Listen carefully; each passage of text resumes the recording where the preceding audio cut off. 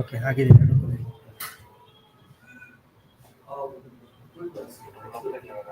Okay ಎರಡು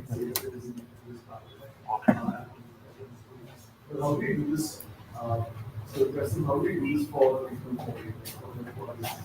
Because at the end of the day, what we're talking about is work and life. And work means you're talking about office culture, you're talking about how the 9 to 5s are. And India really doesn't have that, right? We are one country that majority of offices, like you were mentioning, like in West Bengal, like you clock out at 5 and it's fine. It doesn't matter what happens.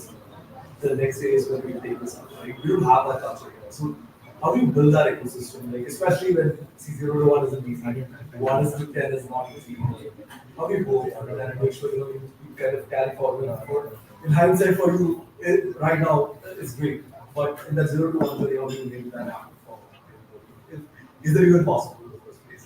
Your question is the 0 to 1 journey. How do you make the whole work culture for everybody, not just me, right? Like for the teams, employees. That's on later. I think we, I'm proud to say that we had a European plan, so just completed on this one. Pretty early. And what is it? It's not about time, the Scots and all. I think it's about people feeling super cared, super trusted, on being able to stretch and achieve things that they could never imagine they could achieve. Young people at 28, 30, yeah, I trust you, you can build this $100 million business, having 8 to 10 of you, and so on and so forth. So it's the trust and the mandate. We're very clear. How do we, it's a big and function. How do we build a pro sports like team that feels big and wins big and treat them like family with trust and care? Problem is in this very young.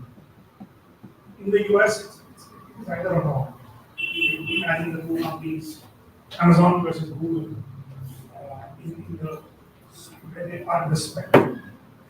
I think we spend a lot of time in this and this and is not easy.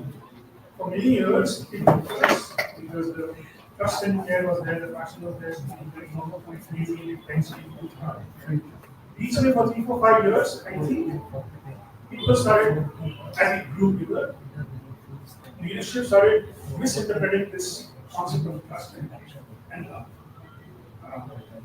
I think we became more focused that trust and care, where we started, we not question enough on accountability. And then we figure out it's not love, it's tough love. So I will love you still, but I'm expecting results and accountability from you. So I'm just sharing that a lot of this journey is happening. It's never going to be perfect, but tough love. And that is a tough love that I mean, now we are realizing even at home. Even at home, only love alone will not work. You need tough love on sometimes asserting. You need to you have to do this. You begin on that daughter, she never wants to learn any class. Any someone, any class. She may not learn it. It's her choice, she's independent. But maybe, and then she has a different point of view on any thing. But it's tough love. You talk again. But I think we have really gone through this journey in a very interesting manner and largely speaking have done it. Sheetal, I have a follow-up question to this question. Specifically for moms within the startup, because that's a very different subgroup of talents that you want to attract. What does that look like? What is a truly female/mother-friendly policy? One is policy. The other is, I think, an innate confidence you come from in saying this is, and it comes from the top.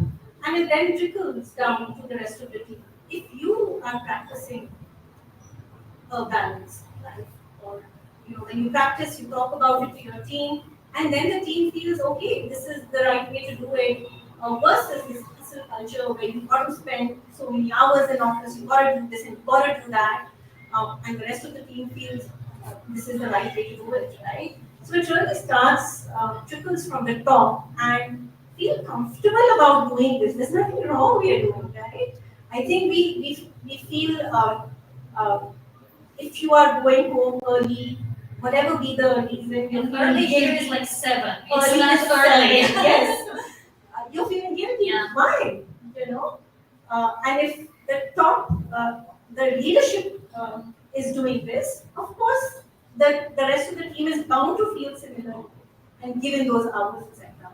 So I think it's that simple. So it's policy. It can be the best policy in the world. If the attitude is not there, then the policy is not going to be implemented. Any time business. I have a question on parenting.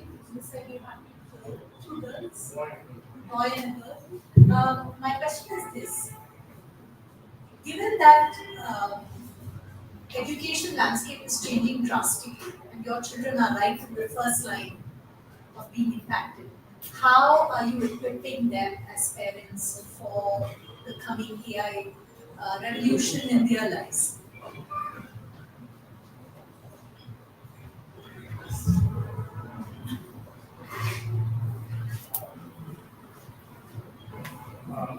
Don't know. Don't know. As I said earlier, I'm not sure whether all this stuff and all the best practices I'm talking about at work, I even half of it doing a good job at home. One thing I will say, the specific question or whatever, if you want to understand it, I'm not holding back about that. My son is using it like crazy. I know what it means, what he's doing. It's just so great that he's doing it. So not holding back at all. We don't need, it doesn't really need a policy of no laptops. And I think it's okay. Is it a schizophrenic sort of thing? I think he allows them to go use it at times for research. And I love the fact that my son he's using schools and coming back. Our daughter was not doing as much. My son took her on the way. So intent-wise, I think we are very clear. Let's not hold back. Screen time is a broader policy or whatever you call it. But usage of this is absolutely fine. In fact, in the summer camp, I want them to go through something and just learn these 4 or 5 things in the way it's happening. So just cannot beat it, and you can be far more creative, far more critical, far more. At least that's what I feel. So I would not want to hold them back at all. To add to Piyush's point, I think what they're learning today may be completely irrelevant by the time we get into the workforce. So for me, what is important is how to help them learn. You know, how to help them learn. What they're learning today in school is possibly is going to be irrelevant by the time we get there. And I see that with my son, because we allow him to dabble here and there with AI or whatever. He figures out how to do something new. I think that's a skill that we should help home. I don't know how, but be more conscious about how we can help them do this. And that's not just for kids. Like everybody, yeah, exactly. How we approach information, what we do with that information, that is going to be, I think, the skill of the late 21st century. Any final questions? Otherwise, I'll ask you the final question. Tanushri, I don't know what the time stitch is, so I will just ask you the final question. Would you like your kids to be entrepreneurs? Yes, no, and why? I don't think we have a choice. I don't think we have some choice. Funny thing there, kids has, so every Friday we watch, the kids have all used the process of elimination. So all the house empty and New Amsterdam, they will watch a lot, but no, not the doctors. Suits watch all seasons, lawyer no. Bunch of these things we've been watching, sports, love all the sports movies. Right? One by one, my son has eliminated all of them. Bacha ke, be a businessman. It's because he sees us doing so. And that is why I'm trying to make you sure. Do you think this is going to be easy? There's highest failure rate in this one. Technically speaking, of course, it's harder. That so anyway, I don't think we have a choice. But would I like my depending on who they are or not? I think it's the best thing as an entrepreneur. It's creation is nothing. It just brings out the best in you. And I can't imagine why our generation work on a 9 to 5 or sorry.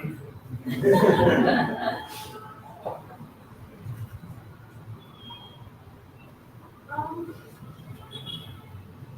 I think, yes, they will end up emulating what they see in their own house and home and both their parents doing this.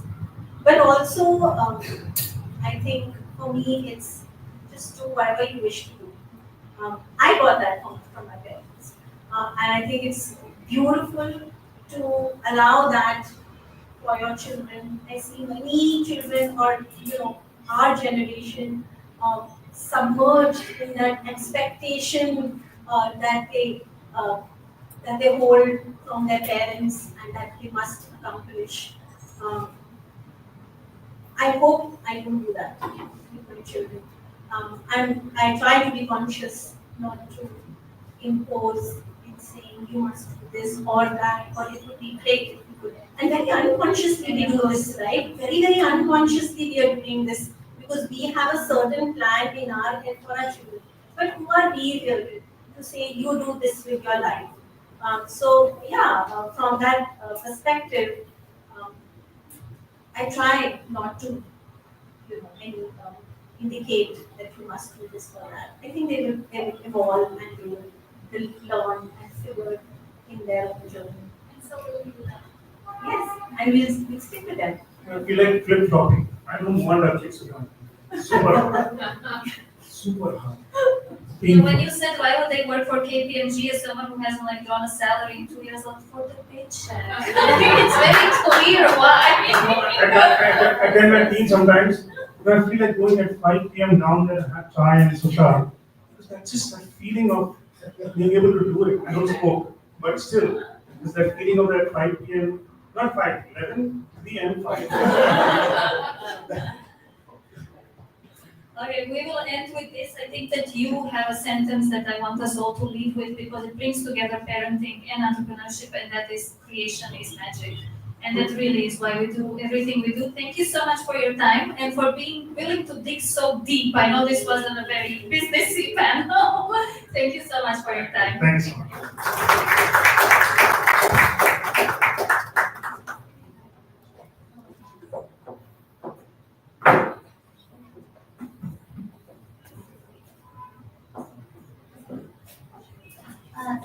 Yeah, thank you so much, Sheeta, Piyush, Hannah. Thank you. That was, I haven't really heard that many gowns and caps in a fireside chat before, so it was obviously very thoughtful and heartfelt. Thank you very much. So we'll just take a little break so you guys can stretch your legs, grab some more coffee and snacks. We've got lots of sweet cupcakes.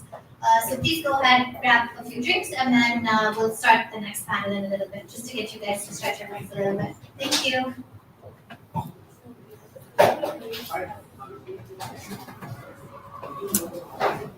Cut ಮಾಡ್ಬೇಕಾದ್ರೆ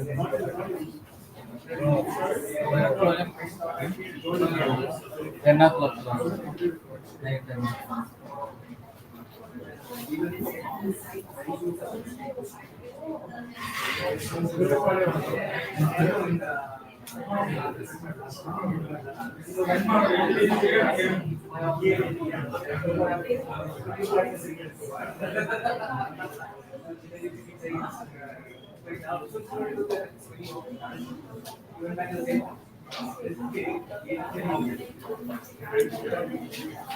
ಹೆಣ್ಮಕ್ಳು line ಕೇಳಿ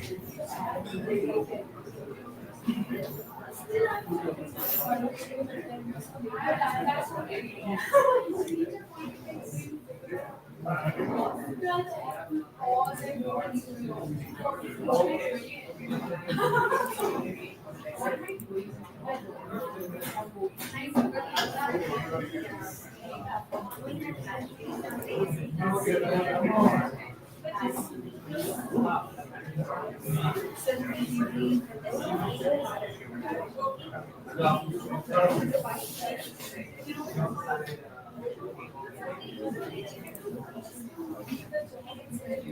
continue continue ಮಾಡ್ಬೇಕಾ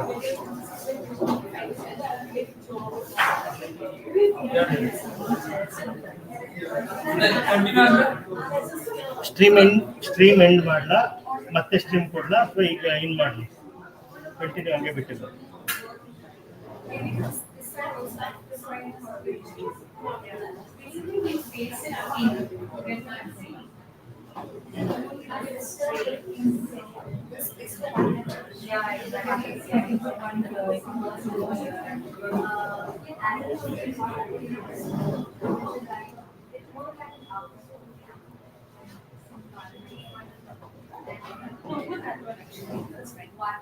stream end ಆಗೋದೇನು ಬೇಡ but hold ಮಾಡಿಡಿ ಅಷ್ಟೇ pass ಮಾಡಿ hold ಮಾಡಕ್ ಬರಲ್ಲ ಈ ತರ ಕಲರ್ ಬರಲ್ಲ ಇಷ್ಟ ಮಾಡಿ ಒಳ್ಳೇದು ಮಾಡಕ್ಕಾಗಲ್ಲ ಚಿಲ್ಲಿ ಸ್ಕ್ರೀನ್ ಬಾರ್ಲೇ ಇರಲಿ ಬಿಡಿ ಒಳ್ಳೇದು ಚಿಲ್ಲಿ ಸ್ಕ್ರೀನ್ ಬಾರ್ ಇದ್ರೆ ಮತ್ತೆ ಯಾವಾಗ ಇನ್ನೊಂದು ಲೈವ್ ಯಾವ ಸ್ಟಾರ್ಟ್ ಆಗುತ್ತೋ ಅವ್ರ ವ್ಯವಹಾರ ಆಗುತ್ತೆ ಇಲ್ಲ ಕ್ಯಾಮ್ರಾ ಆನ್ ಮಾಡಿಬಿಟ್ಬಿಡಿ ಆನ್ ಮಾಡಿಬಿಡಿ ಅದ್ರಲ್ಲಿ ಇದೋಗ್ತಾರೆ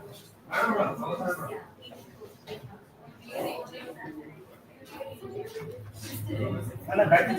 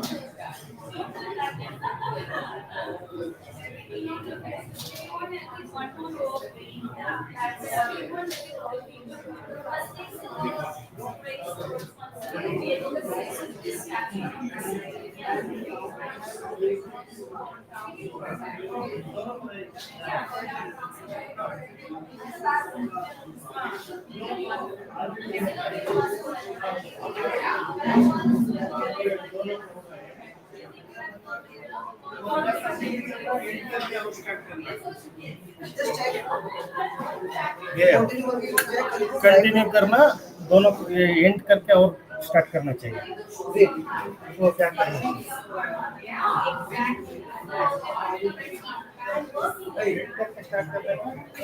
ಇನ್ನೊಂದು ಮೈಕ್ ಗೊತ್ತಲ್ಲ ಹಾ ಗೊತ್ತಾ ಹಾ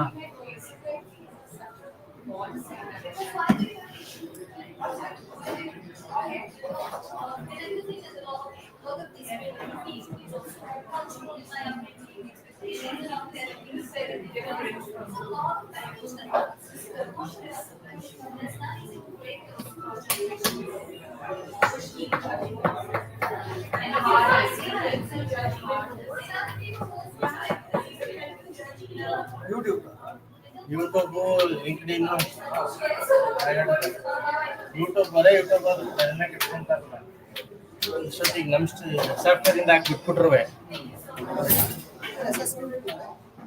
वो कैमरा ऑन करने के बाद स्टार्ट होता है अच्छा कैमरा ऑफ है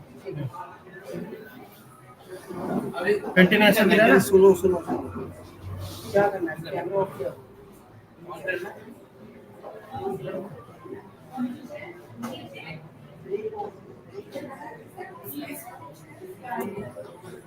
रेस्ट में वीडियो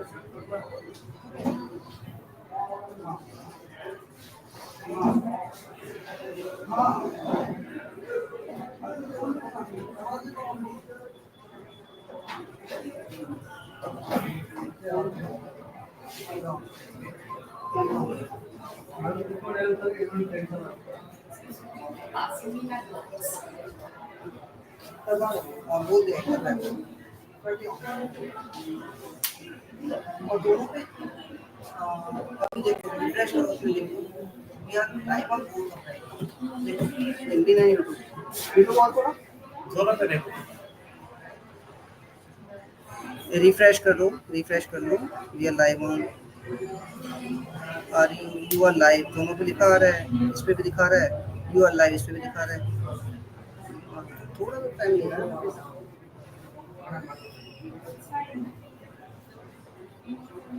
अच्छा अभी हो गया अभी कैमरा सेटअप नहीं है ठीक है अभी ऐसे दिखता रहेगा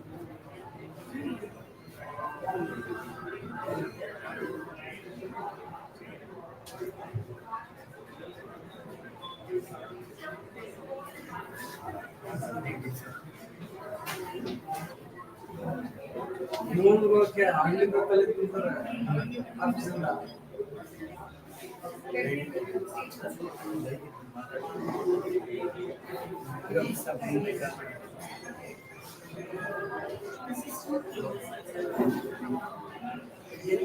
यूज द माइक माइक तो गायब ही है माइक नहीं ऑलरेडी म्यूटेड है यूट्यूब वाले नहीं को चैट करो दोनों को यूट्यूब है माइक दो just need to read the black screen phone दोनों को माइक माइक ना 539 में तुम्हारा सेकंड माइक देना है तो अभी ऑफ कर दो क्या नहीं वो सब लोग आने क्या होता है ना नेक्स्ट सेक्शन होता है ना उसको होने के बाद पूरा ये लाइफ सेट होगा नहीं तो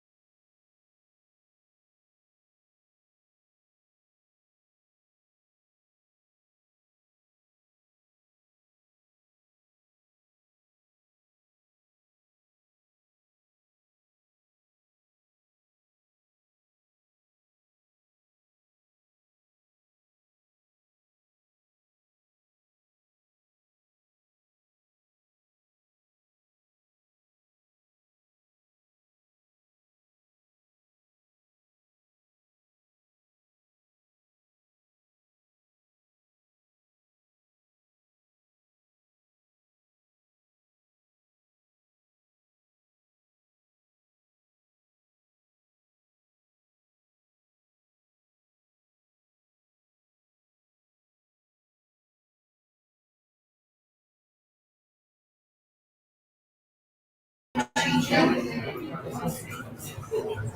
Yes, please. Yeah, thank you. Could we bother you all to please come back to the retreat room? We'll get started with our next panel.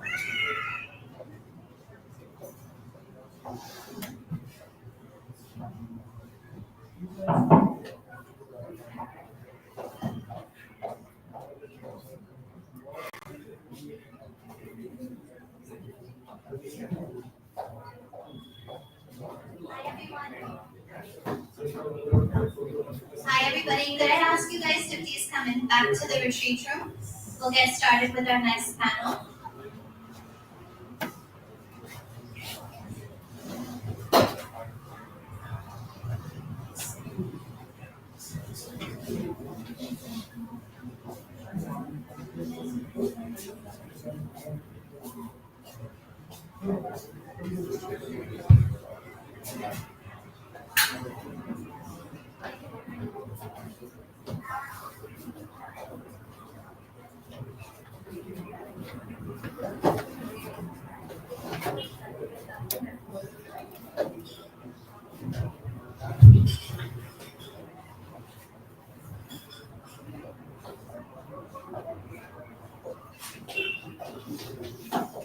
Thank you for your patience.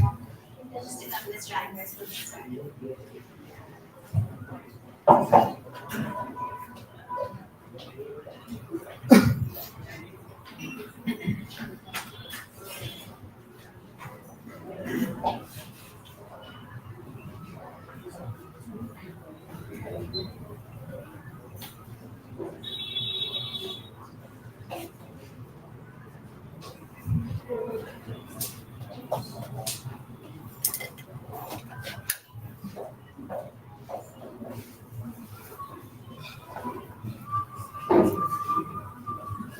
Thank you so much, everybody, for your time today. I'll just ask whoever's straggling outside to please come in and join us. We're going to get started with our first panel. We are so excited because we have three incredible founders up here. We're going to talk about scaling D2C brands, the challenges, the triumphs, and kind of the whole experience and journey. So without further ado, I'm going to introduce Dr. Shashank. He is the visionary CEO of Jules, a dynamic and compassionate, I'm going to try and say this word, veterinarian. I always look that up. Business leader, and I am graduate with over 14 years of rich experience. Under his leadership, who has been an incredible force within the pet care industry. It's number one in India, impressive 38% market share. The plan is actually to expand its presence beyond 18 plus countries to now 30 plus with a focus on Southeast Asia. Beyond the boardroom, Dr. Shashank is a devoted husband and a father to a 12-year-old daughter and his loving pet parent to Kiwi, his playful cavapoo. Please welcome Dr. Shashank. And we have the driving force as the co-founder and CEO of Akshikalpa Organic, Shashi Kumar. Shashi's journey has been nothing short of inspirational. Sorry guys, I'm going to ask you please to keep it down outside. I have to be a little strict. That's the MC. Shashi's journey has been nothing short of inspirational. Born and raised in a farming family in South Karnataka, he's devoted his entire life improving his family and his community's well-being. He pursued a bachelor's in computer science and completed his master's degree from the Illinois Institute of Technology in Chicago.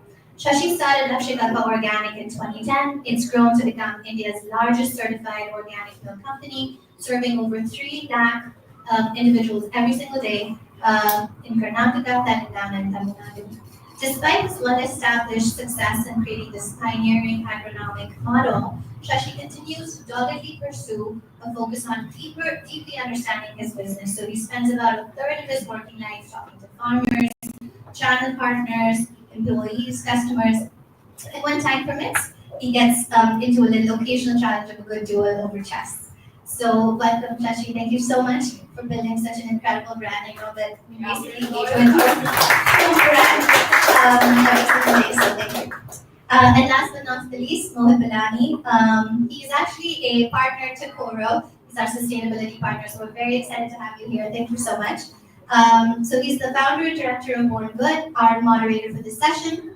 Born Good is a Bangalore-based D2C brand that's basically redefining home and laundry care with safer, more modern alternatives to traditional chemical-heavy cleaners. Under his leadership, Born Good has introduced innovative formats like concentrated cleaners and laundry detergent tablets, and he's already served over 2 lakh customers across the country. Outside of work, he lives in Bangalore with his wife Sharna and their 18-month-old daughter, who by all accounts runs the household. Welcome, Morgan. So we're going to be focusing a lot on the founders' experiences, their triumphs, their challenges in scaling D2C, and we're really looking forward to a lovely discussion. Thank you again for your time.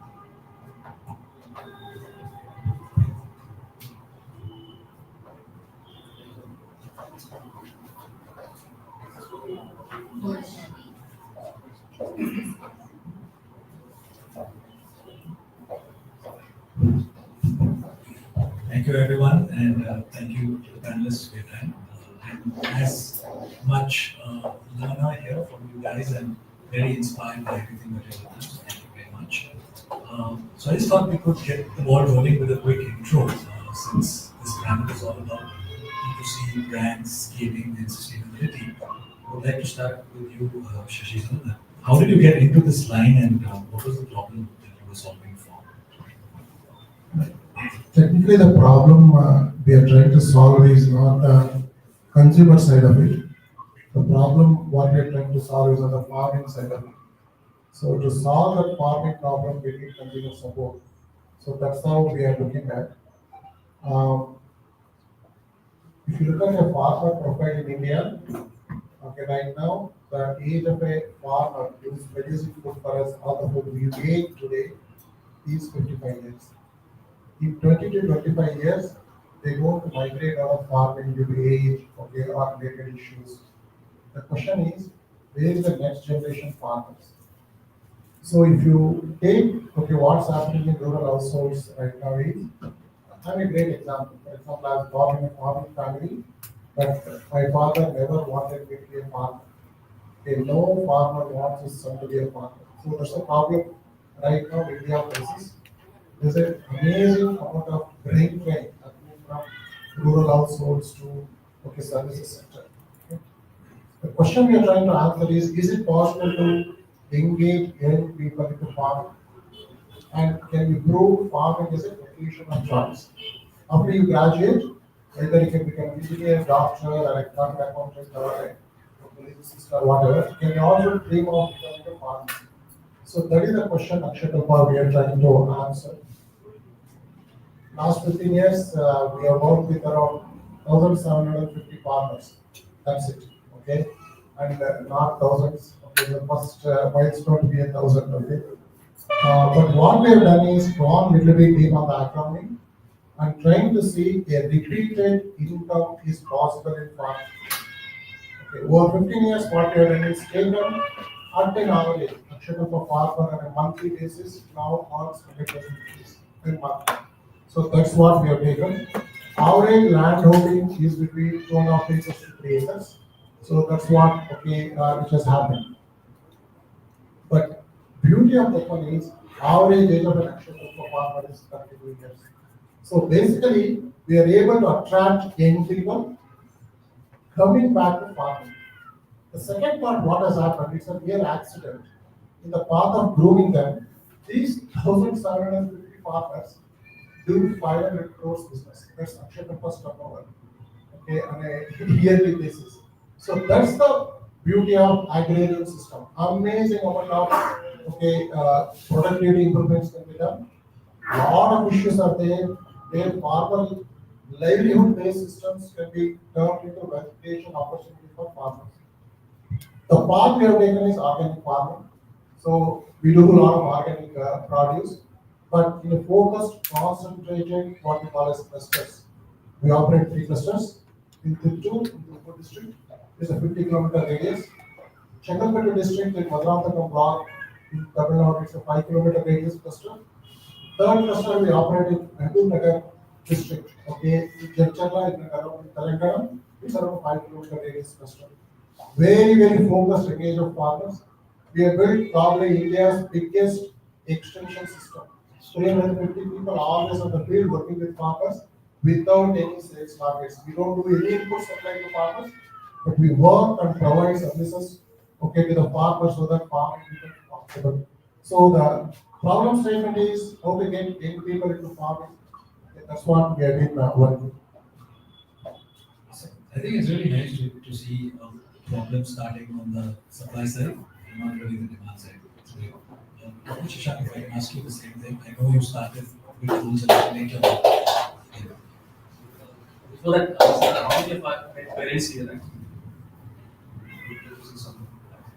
So when we started Cruise in 2012, the journey, and we must have seen the journey, and how many of their first time pet parents here? Still in India, 70% of people are first time pet parents. And when we started Cruise, the terminology was used to be not pet parents, it was pet ownership. And the pets used to be outside the house, not in the bedroom. So the change in transition is happening from ownership to pet parentship, and now the trend is to pet companionship, which we have to solve further. So the food given to the pet that time as a owner was mostly leftovers. Still 90% of the pets are on human diets, what we don't consume, it's supposed to them on the plate. Or if it's cooked freshly for them, but largely it's what we consume. I'm a vet, and if you understand the digestive system, their age profiling, we live for 80, 90 years average, dogs live for 10, 15 years, cat live for 14 years. So they see a massive growth happening. Imagine a dog living his life on a rasam and rice, curd and rice, dal and chawal, and having that kind of growth. And then the brands that time which were available, it's a huge category globally, $200 billion. US is the net of pet food industry actually. The brands which were available at that time, or still available, was selling products which used to contain chicken and chicken byproducts. And we found that gap and started using real chicken as a source of nutrition, especially protein for the pets. So the journey of all pet ownership to pet parentship, those want to provide a solution which provide the right nutrition. Problem was largely to understand that can we help a little bit to have a happy life with the pet a little longer as well. Less visits to pets, less cost of maintaining a pet. And COVID has given a huge surge in this category. Now everybody has a pet, everyone now celebrating the country, which never was the case. Getting the right quality product. And then it was, and for Indian context, if I say the small category earlier, we were the first brand of India to build up a brand in this category among all the multinationals. Today, as the fashion says, we are available close to 25 countries from India, and very proud to building an Indian pet food multinational company. That's awesome. I think being a pet parent myself, they do become part of your family, right? So really, it's great what you guys have done. Okay, moving on, would love to understand how, since most products are in categories that are crowded or have at least some competition, what advice would you give to find a differentiation or find a wedge either on the product side or on the distribution side or anywhere that you see would add value? Again, Shashi sir. Maybe we can share our experience, but I do not know what others want to do. We back in 2010 when we started working with farmers, we didn't know we need to do sales and marketing. We thought we work with farmers will change, okay, and we thought some transformation will happen. But we started realizing that, hey, that is not going to happen. First thing we did was in Chicago Park in Jayanagar, it was February 11th, 2012. We sat, okay, there, okay, stopped the joggers and sold 18 pieces of. Okay, so that's, and we sat with the distributor, we had to do months, okay. They started asking what is organic. I told, if I can't explain, we're going to visit us. Okay, so that's the journey started. Okay, so the differentiation, the way we created is, for example, if you take last financial year, and if that was March, 45,000 consumers of Akshatal Park visited Akshatal Farmers. Okay, so that's the transformation. So they would like to know where their food is coming from, who grew it, how it was grown, what cost it was grown, Okay, what pesticide did you use? What chemicals did you use? What is your soil condition? A lot of people have started questioning that. So that's the differentiation I definitely believe. Okay, at least we were able to use it and invite consumers to visit our farmers. They come on stage a day or a two with farmers. They eat what they're eating. Of course, they need to work to pay for okay. Okay. And of course, they need to pay 500 rupees for each visit that goes to a farmer. So that's what we have done. I think that's a differentiation we could drive through, but it was a discovery. I people think, okay, saying, this is a differentiation of exports. It was never an intent. There's no intent to sell. Okay, what we wanted to solve the problem. It so happened that accidentally we discovered this that. So that's been at least our learning from past 15 years. I guess what you're saying is the differentiation here is some form of traceability, so people know exactly what's going into the food. I think combined with consumers changing patterns where they want less preservatives, no toxic, no natural. I guess that's what you're saying ended up being the differentiation, right? So, Prashant, same thing for you. If you were starting out today, perhaps how important is differentiation and how would you Category like pet food also comes in the food category. Or any this is starting those are new brand per se. But the early days we tried to find that as a brand where we are going to be discovered. When we say that we did a survey and found out that the 70% of pet parents the first time pet parents. And most of them were buying products on the recommendation of a veterinarian.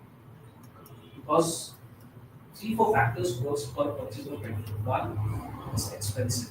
So what all we consume, pet food is expensive than what normal types we have. Second, there are huge chances the dog will not eat it. So as a and an Indian consumers will have very high value conscious. They can buy a real you still negotiate on this so whatever money they spend, the three factors show that the chances dog will not eat. It's expensive and people suggest to buy it. If I bring that product in my home and dog will eat, the product will be wasted. I'm going to consume that. So it's a complete loss of money. So we try to figure out with this data where my brand is getting discovered, who is going to be the first round of on the recommendation of something we buy. And we started discussing with vets a lot about it. A vet can be selling a product or not be selling a product. So we have to test. But are they talking good about the brand or not? Do they know about the brand?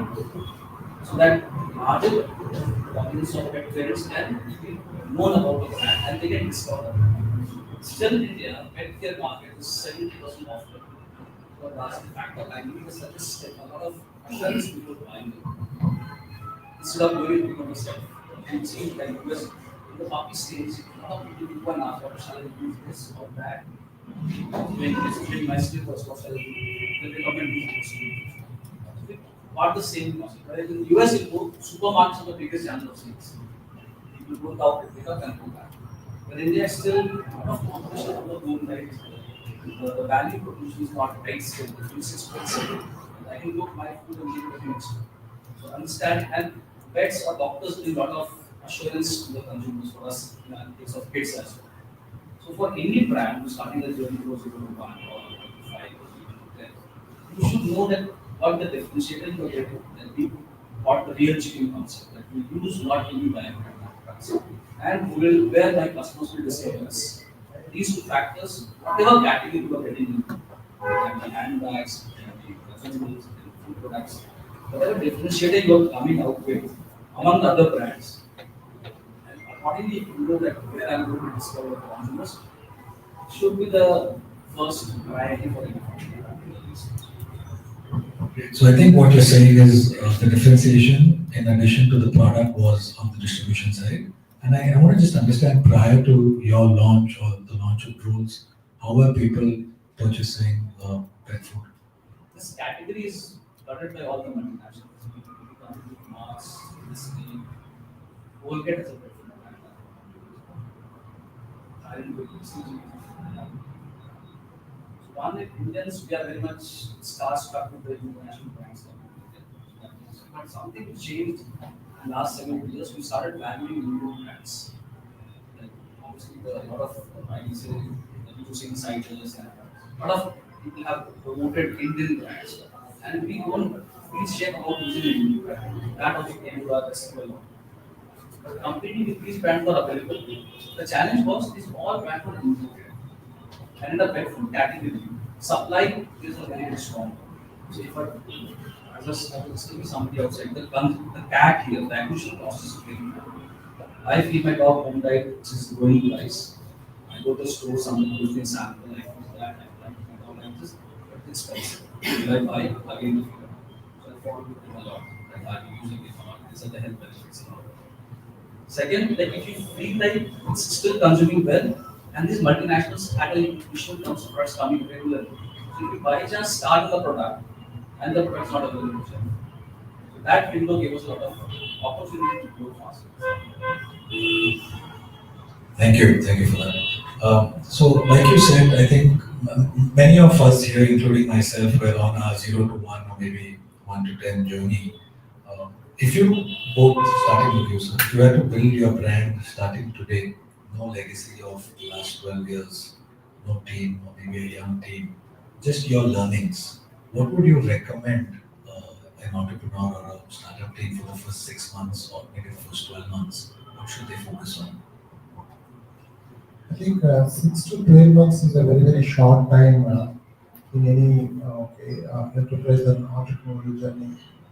I think we need to figure it out. For example, in our case, monumental errors we have made in channel. The distribution channels. Right now, in initial stages, we partnered with unorganized agents. And we gave them the milk. They distributed. They collected money from consumers, but they never paid us. Okay. So that's the greatest way of learning entrepreneurship. And we also didn't know milk cash needs to be collected every day. We every month we wrote an invoice. And there's a craziness. Milk is a daily consumable. Every month we wrote an invoice and we took the invoice and they paid my invoice. Where's the money? They've already used it. So we learned a amazing amount of lessons on how to handle the channel. Very troublesome channel. So that is when the transformation starts happening. It is hitting you. It is painful. You start thinking what to do.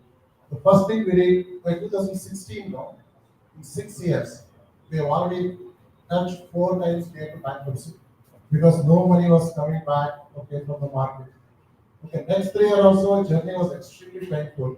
We hit 2 more times near to bankruptcy. First 9 years, 6 times near to bankruptcy was a start. All the money stuck in the market. But 2016, we decided, so we had no money. 27 fools from Wipro, they thought they can change the world. They started Akshay Kappa, and they put all their savings together. Every month you are putting money, it is not coming back. So 2016 we thought, we all come from great technology background. So a lot of ego is there. Let's do some D2C. So we are in fact first want to do a trial on D2C subscription models on milk. 2016 we started doing subscription model. We built a simple app at that point of time, and that is when the fortune started changing. So we killed the unorganized channel. We told we're not going to give you any credit. If you want, you take up cash and carry. The customers who have built the brand loyalty, they started calling us, my milk didn't come today. Why don't you just download my app? Place an order. That's exactly the journey we started. 2017-18, we got into a lot more trouble because we had to let go the business, which was coming from the agents and do it. So the biggest lesson for me is, at least on the sales and marketing side, we need to understand the channel in and out. I'm not saying D2C is a great channel, but we need to understand the economics of D2C also is very good. So first thing D2C helped us was solving the working capital problem. So we had a 1 month's deposit from the customers, so that we used very judiciously to build the channel. That's what happened. So therefore, as an entrepreneur, you will discover. So now, in my opinion, to make such kind of a discovery, we need to have a long view. We took 10 years to discover. Okay, started 2010 till 2019, piloting. It took time. So nothing going to happen overnight. Okay, 6 months to 12 months. Okay, is too short a time. So from our learning, okay, it looks like all the founders needs to have you have a thick skin. Okay, and you need to have the right people with you every time. Okay, there's no money to pay salaries. I get it, like all guys, money run out of it. Okay, can you guys transfer money? Okay, hey, I have 50,000, I have 25,000, or 30,000. You should be able to do that kind of a haggling. Like RNs is very tough to build enterprises. Okay, no matter what amount of funding you receive. First 9 years, nobody funded us. We thought we are doing stupidity. So, but we pursued. That's what is required. Develop that thick skin. Okay, be ready to beg. Okay, be ready to put your neck in the block. I think things will work out.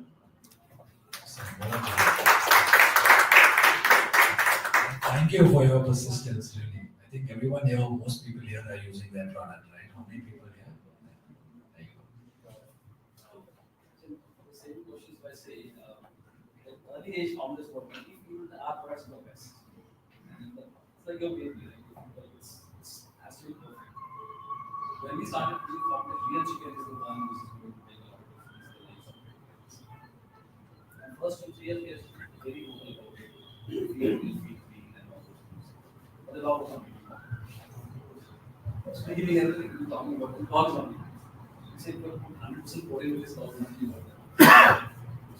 The learning fast came was that there is no founder. And other was, as a founder, we talk to our customers. We talk to our teams a lot. We talk to our friends and family a lot. We talk to personality, but we don't talk to our customers. Which is the real feedback start. So I say, in 2016, we had a session. We said, let's have years like elephant now. The customers are saying something about coming all well and all. I think we started on 12, but 16 was the time when we thought we cracked the product. These 4 years with the same story. When we were coming back to the market, we go and take the customer back, or customer is done. And then that's just something that we do. We don't do the test compliant 2 times. Once the delivery has come, we not do back. So that was the two things which we thought that product quality has no flex. Whatever be the case, we compromise in whatever function, marketing, whatever. Product should be standard and get the feedback from customers as early as possible. It's difficult because somebody coming on the face and saying that we're not good as a founder is very difficult. Very difficult. It's going everything the rain, whatever time I spend on the product. I think we used to launch a new brand, we go to the shop and they say, पहले क्या वो टूटी थी ना, टूटी क्या करती? But these two things I think, I mean, awesome answers. I think one, develop a thick skin and listen to the customer. Great feedback. Again, we spoke a little bit about distribution and channel. I just want to talk a little bit more. So, for a brand starting fresh, of course, any particular category, what should they look at in terms of distribution? And I'm not saying one or the other. Should it be single channel like D2C or marketplace? Should it be omni-channel? Should it be somewhere in the middle? What would you advise someone starting today?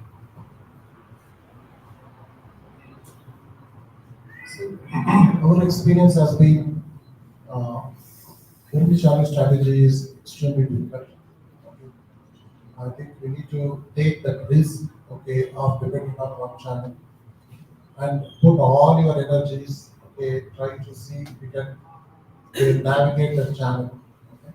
So today, for example, if you look at anybody launching a new category, you have got e-commerce and e-commerce platforms. Okay, maybe it's worth trying. Okay, though the margins they're now as worst as retail now. Okay, now 10%, 40%. E-commerce, 50% is what is extremely. Now they're trying to take away from brands, but it's worth trying. Even a little bit of a higher expense, you will not have any overheads on. Okay, fleet of the street. Okay, kind of problems. Somebody else is solving for you. but it's better try and see if the channel works.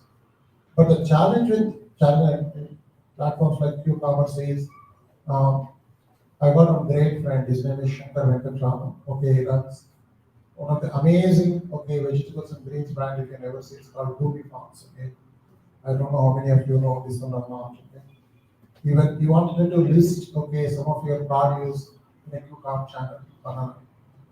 So I don't want to name a QCom channel. So you went there, and asked, can you list? Yes, they are happy. Yes, we list. Okay, residue free organic we will list. Next question is asked. I need 10 lakh rupees a month on marketing. So now, so the challenges exist, but we need to really see how to navigate. Shankar told, no, I don't want to spend that much money.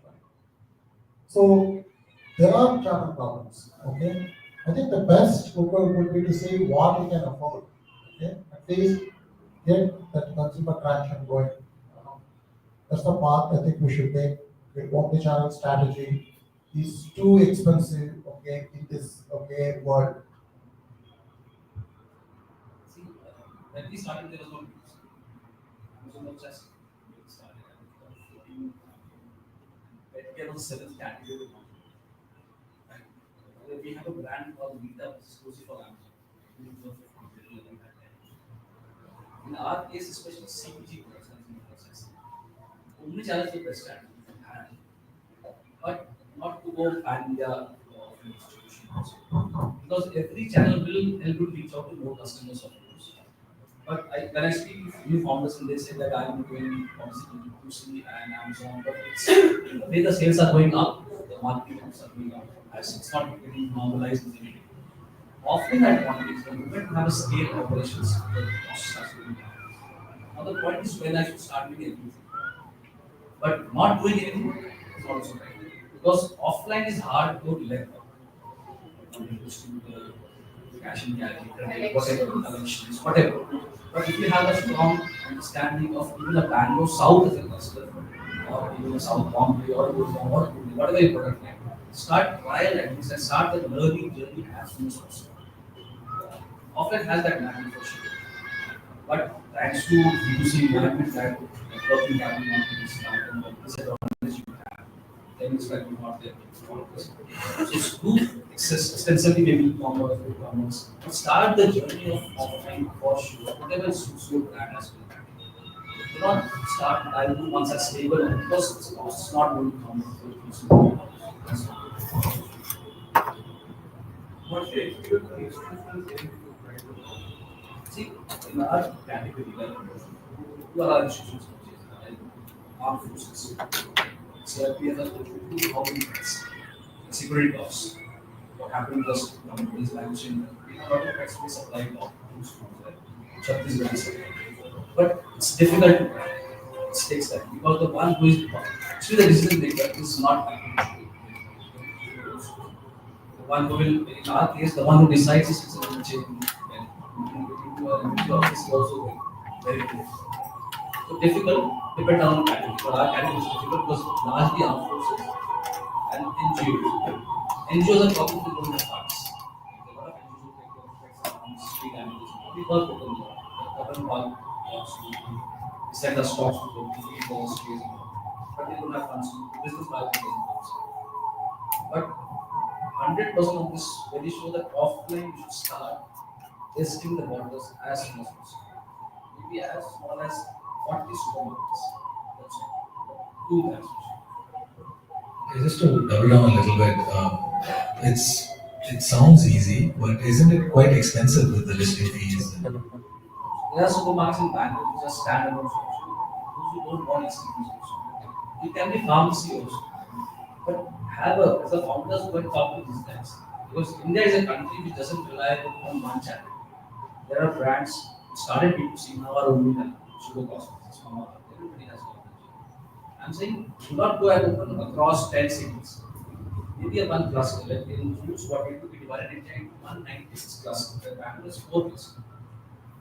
To understand how South Bangalore works, how North Bangalore works, rural Bangalore have different things, and we supply 4%. But waiting to start that my brand will be known to people, and the day I go able to place orders will not happen. Start the journey as soon as possible. Start early and get it into this. You see something like it's an oxygen line for you. That life that will be offered for Indian market.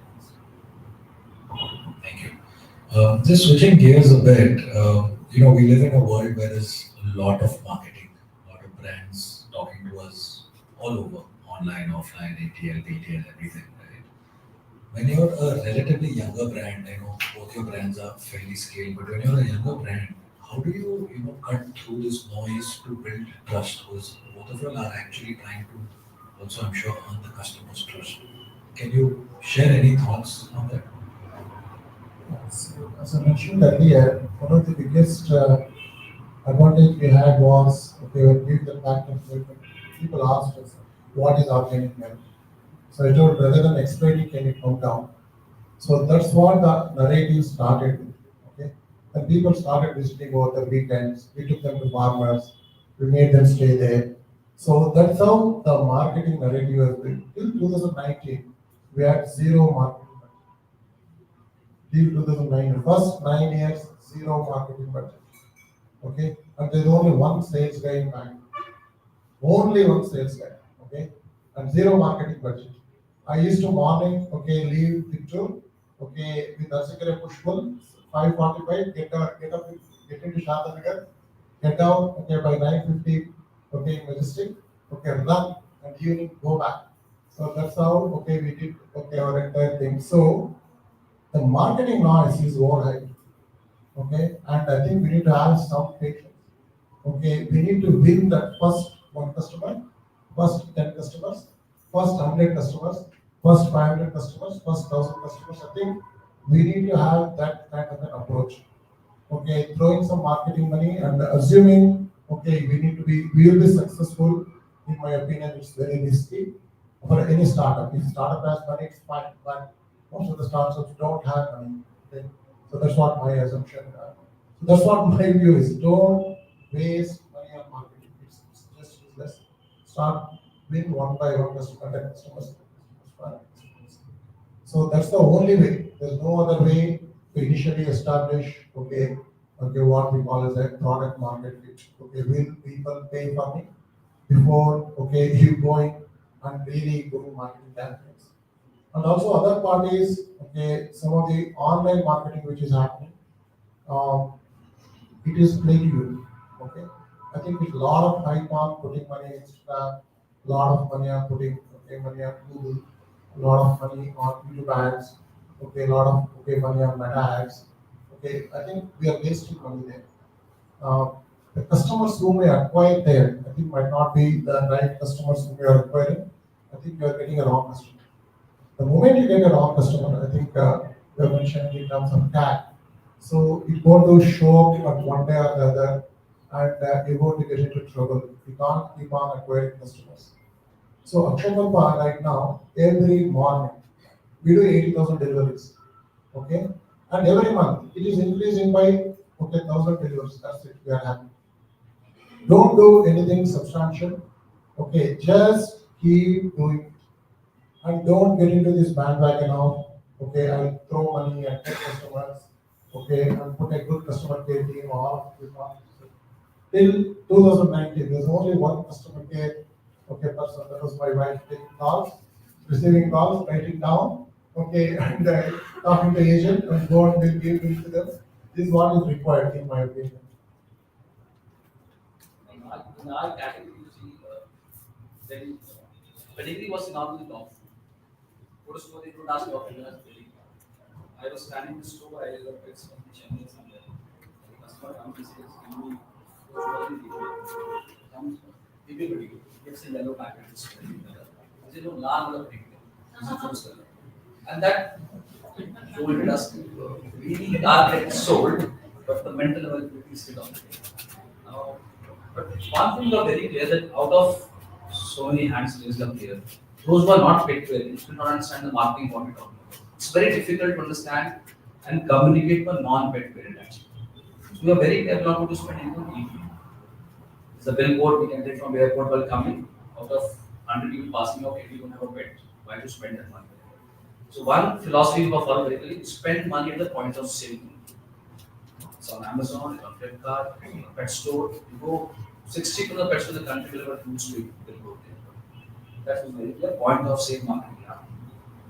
Other thing what we follow very strongly that we have a challenger brand, master brand category. And also our role is to take market share from the leader. Let's not bluff ourselves by starting becoming a category creator until you become that size. Otherwise, what will happen? You won't have money like Uber or Amazon to burn, and you will shut down your shops. Maybe it's a big bankruptcy model. So we were very clear and focused as a brand, point of sale marketing, and always take the market share as a channel. Every new founder should identify one player, sizable, and start eating share of them. If you're in categories already, down to some other place. So we were very clear that until we become a biggest player, today we are last financial year we done 1,000 crore business, and we are biggest volume player with market share now 46% in India right now. I'm so happy that every second pet is being used. And still we feel in some of the categories we still keep challenging ourselves. So it's not to get to that kind of, and then when you're a challenger brand, what suits you? Let's do that job. Don't get and confuse yourself by becoming a pattern creator or change the world or change the customer behavior. Let's not get to that. So spend largely. And 2019, when we are very sure about that we're getting to the size we can grow now, we started, so pedigree and those red wala pedigree जो concept था, we started tracking it by, we thought India में cricket and Bollywood is two ways to get a lot of eyeballs. The marketing that awareness and then all these things. So we were first brand in Brazil, Jack and we have 22. I don't remember also. And that was only and only for to get that break that rules pet food means dog food means pedigree. And today we are substantially under the dog. Still not 100% go to market, we are not still getting into the dog. So there are rocks and all. So but there won't be clear very clearly that these guys all DAs, Pratik Roshan, Karina, Jack, these are FOMO in Bollywood that roots me on the what is all Shah Rukh's office. That what is there for Shah Rukh sir? We can't afford it. So idea was to just get the eyeballs. I say in my company that these ambassadors are icing on the cake. The real cake is the work we do with veterinary colleges, vets, vet parents. We are the only company in the country who do 300 offline meeting of vet parents every month. We call them, talk to them about how it's human food different from pet food. Why your dog needs a pet food, not a human food. How juice is different from competition.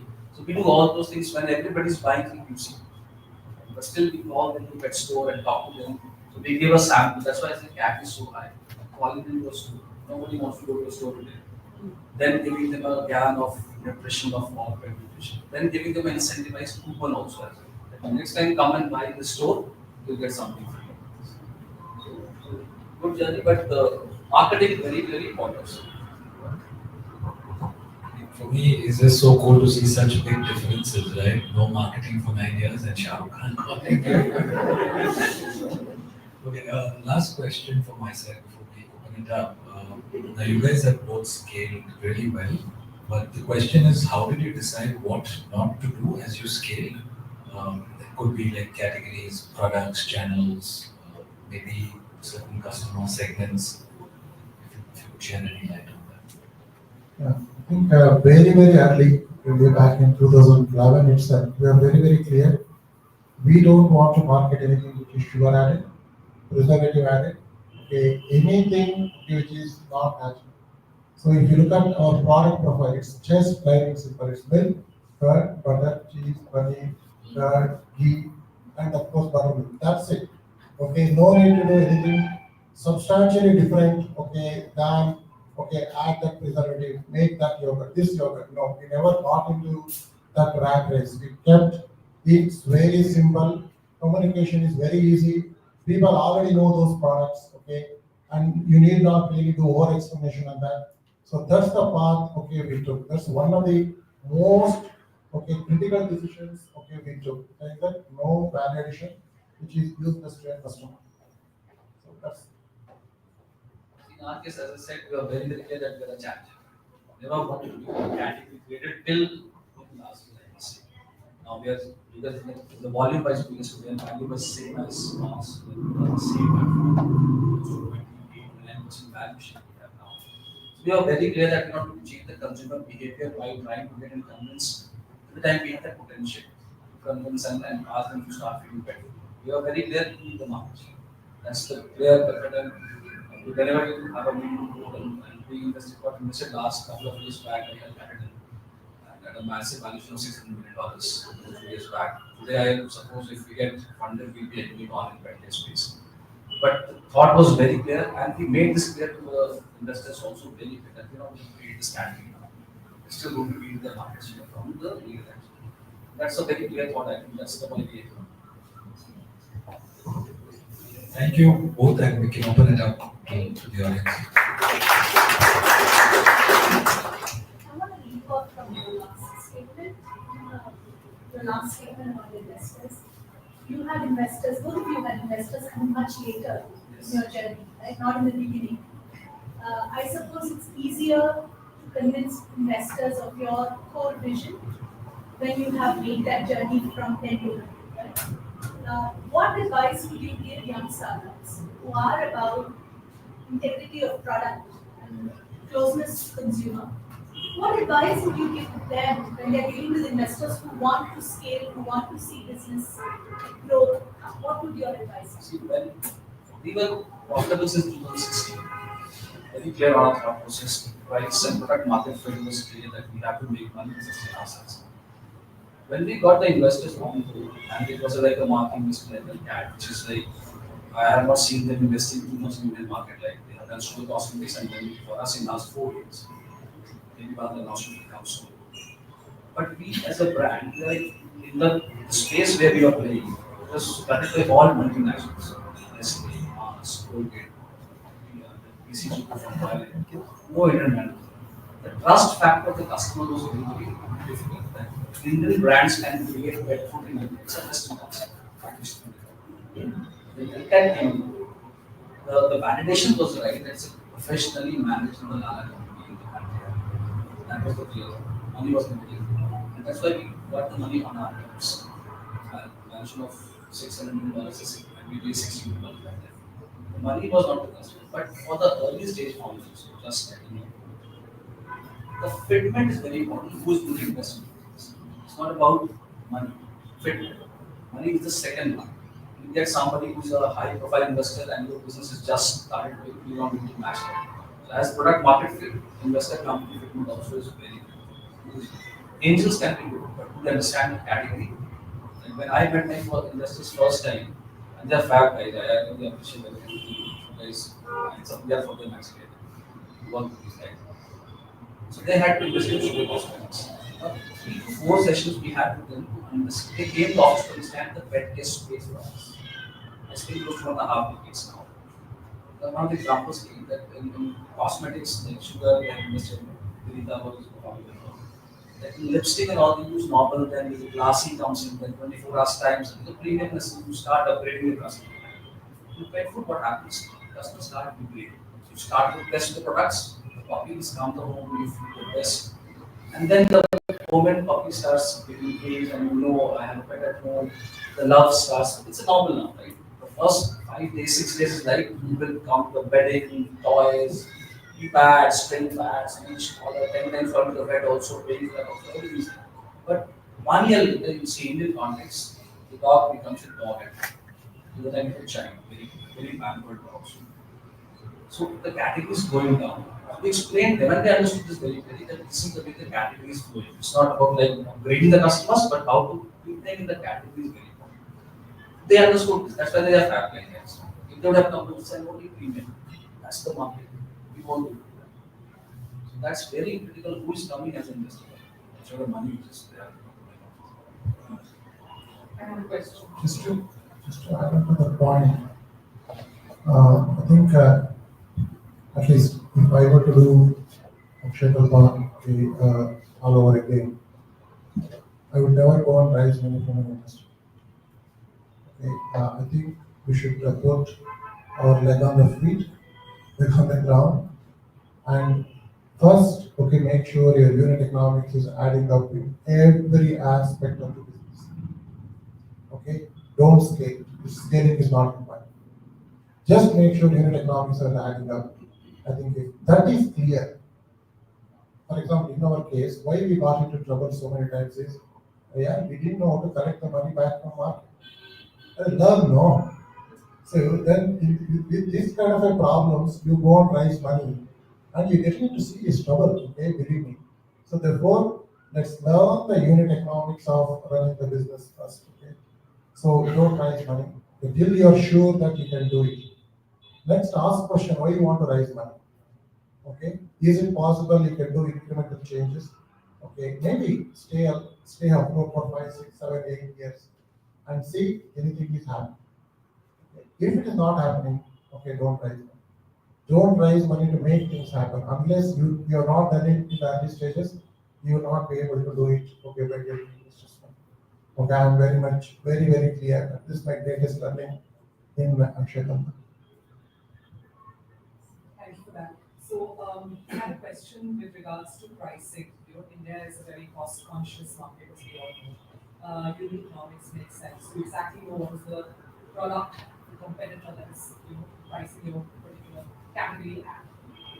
What was each of your price discovery journey? That this is the right price, and I want to stick to it, because every time the demand would go low, the first thing you would probably question is there scope for me to bring down the price or discounting also? A little on the pricing journey to actually getting to where your brand needs value for a certain cost. This is my example what we did.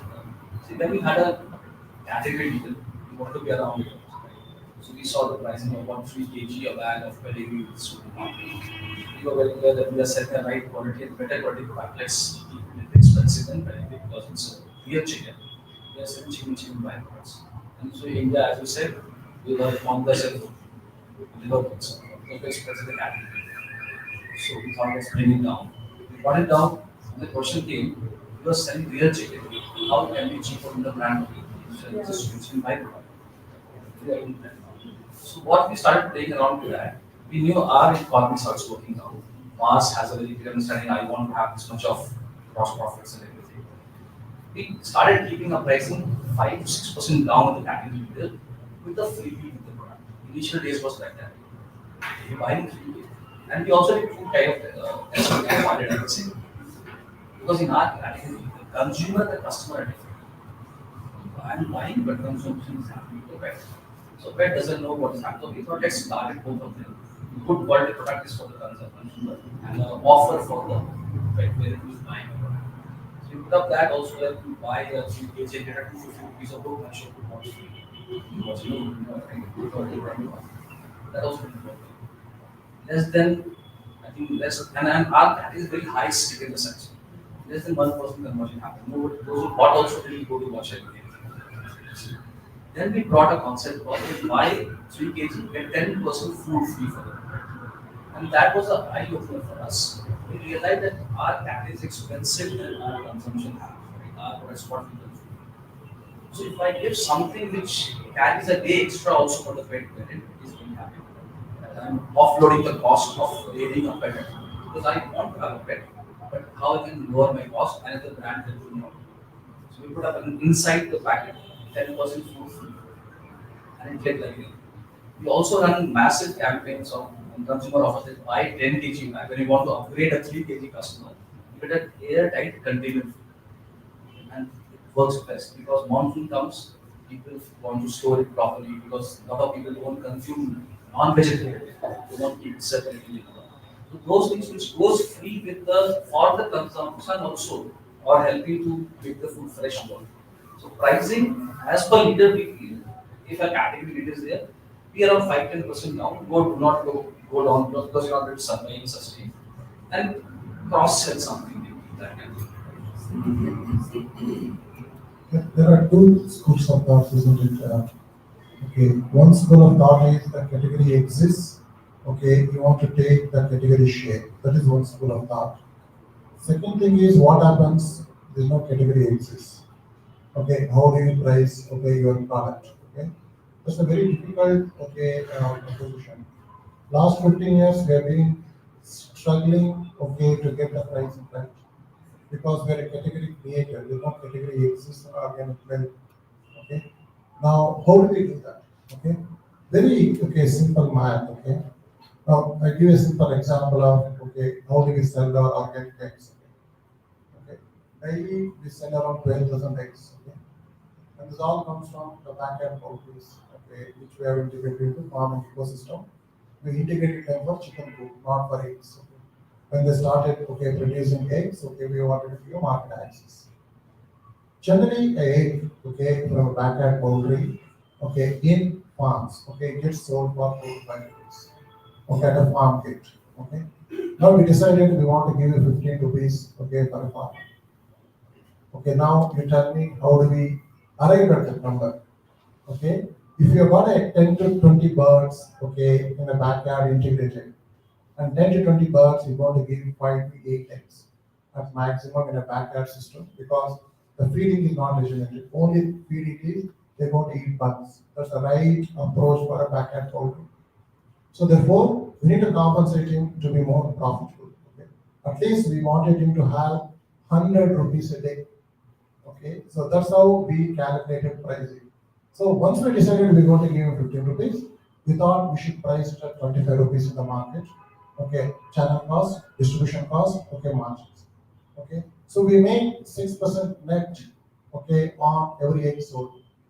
That's what we do.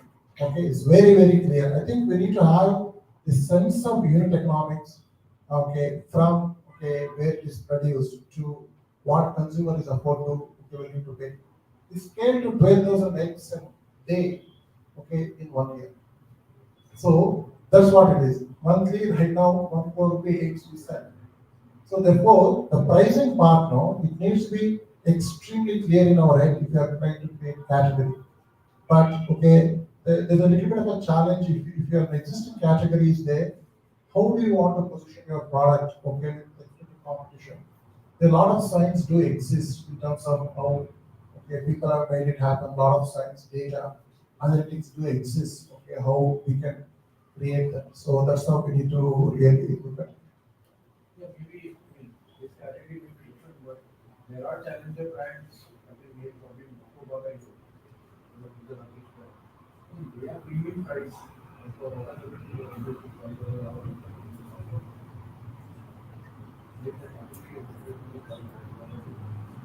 that's it for So for you, you're saying that consumer would normally pay 5 rupees for an egg, but mostly pay 5 rupees per. That's the difference. When you take a consumer to your farm, you should make consumer ask that farmer question: how much you make by selling this thing? I think that should be the real test of a brand transparency. The pricing needs to be extremely transparent. Okay, if you can create that systems, I think you have won the marketing battle. So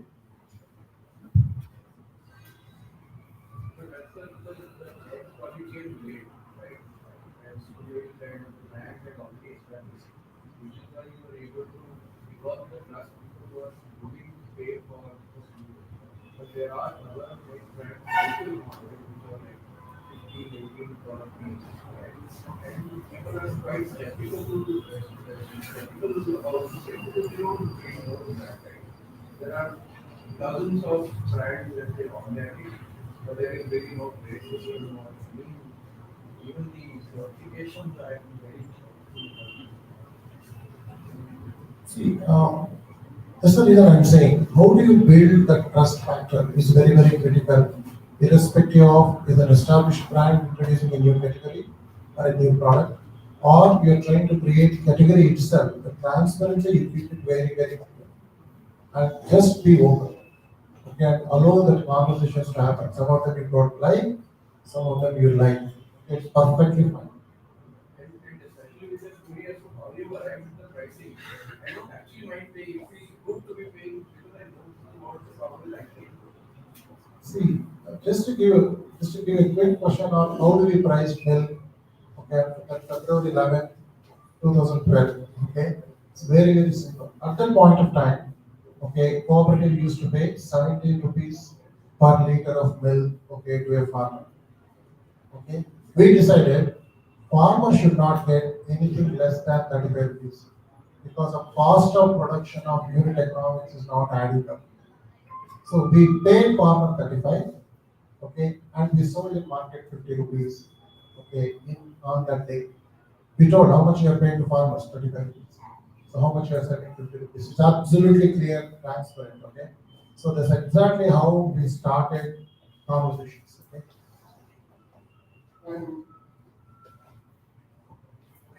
Thank you everyone for coming. Thank you both again for your time. Thank you so much.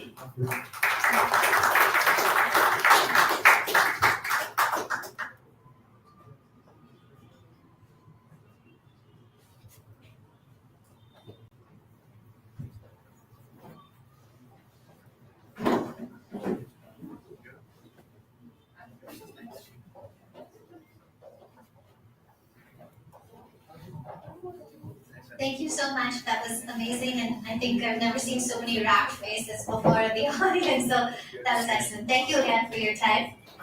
So we'll move on to our next panel. We're just one panel away from lots of drinks and more conversation. Our next panel is basically funding the future, what VCs want from D2C startups in 2025. I'd love to invite the speakers of the panel, please, on the stage so I can take a moment to introduce you all. Nikhil, Sanjay, Sumir, and Sachin. Sachin's here. Yes, we do need one more chair. We have one more chair for you. Just give me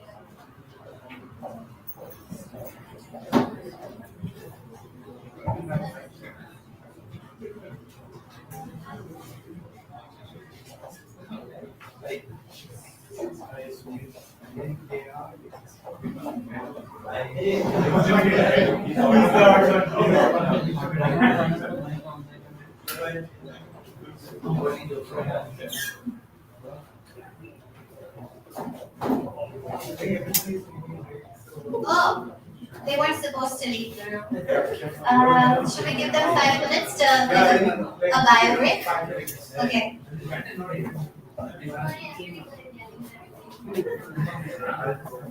Yes.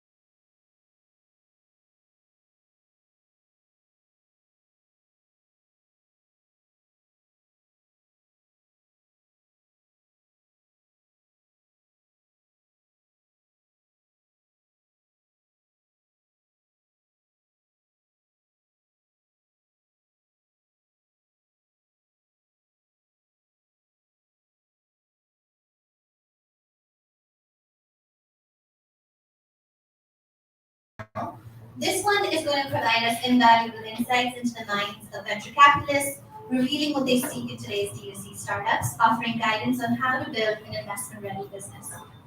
So we've assembled a panel of experts. I'm super excited to introduce you to them. Samir Verma from Merisys Advisor. Samir is the co-founder and managing director of Merisys Advisors, a leading integrated play between investment banking and wealth management focused on the tech industry.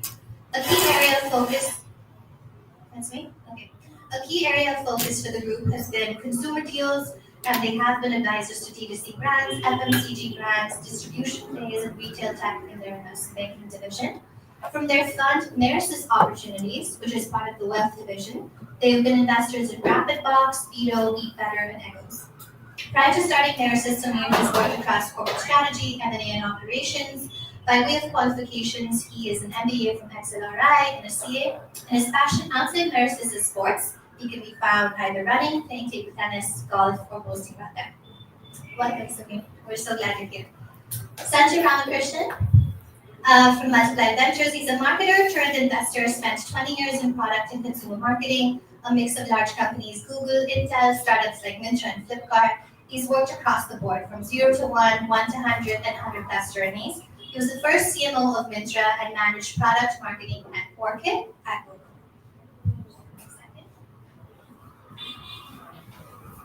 He was with GE right before this, where he managed the digital health business for the South Asian market. Started investing as an angel in 2016 and began Multiply Ventures along with two of his other partners. Thesis-oriented, sector-focused, and a corpus of 260 crores. His focus sectors are consumer brands, enablers, fintech, and consumer tech. Currently, he has a portfolio of 25 companies, and he's super curious about health, mindfulness, and endurance. Thank you for coming. And Nikhil Bhandarkar from Therapeak. Nikhil is the managing partner of Therapeak, a multi-asset class venture investor. At seed, they've backed now some huge, large consumer brands that we've all heard of, both Mokobara, Innovis being some of them. Their recent consumer investment includes Bluestone, Pan Project, and Night Store. Therapeak also manages private market investments for large family offices, including MS Movies. Nikhil is also the incoming president of EO Bangalore and is on a number of startup boards. Thanks, Nikhil, for coming. And Sachin is our angel investor, multi-time founder, and as thankfully said yes to being the moderator. I'm thrilled to introduce him. He is going to be, he's a marketer and a product creator at heart, an angel investor in over 25 startups. He's currently building House Stock Games, an offline games community. Nexo Circle, which is a community-led skill-building platform in the AI era, which is super cool. I had a chance to talk to him about that. He played a key role in scaling games 24/7, Rummy Circle, My 11 Circle from 0 to a 2.5 billion valuation, and led product growth at condosite.com, a community marketplace for community entrepreneurs. A big round of applause, please, for our panelists. We're super excited to have this conversation. Thank you. Thank you. Good evening, all, and thank you, and very warm welcome to all the investors and all the entrepreneurs who showed up this evening. So today we are discussing what do VCs want from D2C startups in 2025, and as founders, you've tried all kinds of marketing, performance, influencer, this and that. And there was a very good session previous to this where both Akshay and Jules talked about how they went about their advertising and growth efforts.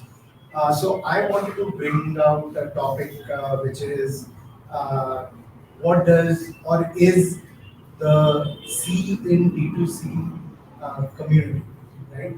And before we get into that, I just wanted to do a quick survey to understand, the audience which is sitting over here. So one, who all over here are funded startups, like VC funded startups? So 2 people, 3 people. Okay. And who all? So I'm assuming the rest are all bootstrapped, or you've taken some angel funds and so on and so forth. And how many of you are looking to raise funds? Okay. All right. Perfect. One last bit. How many of you have built a community or are building a community or intend to build a community? So, anybody was experimented with community as a growth strategy. Okay, perfect.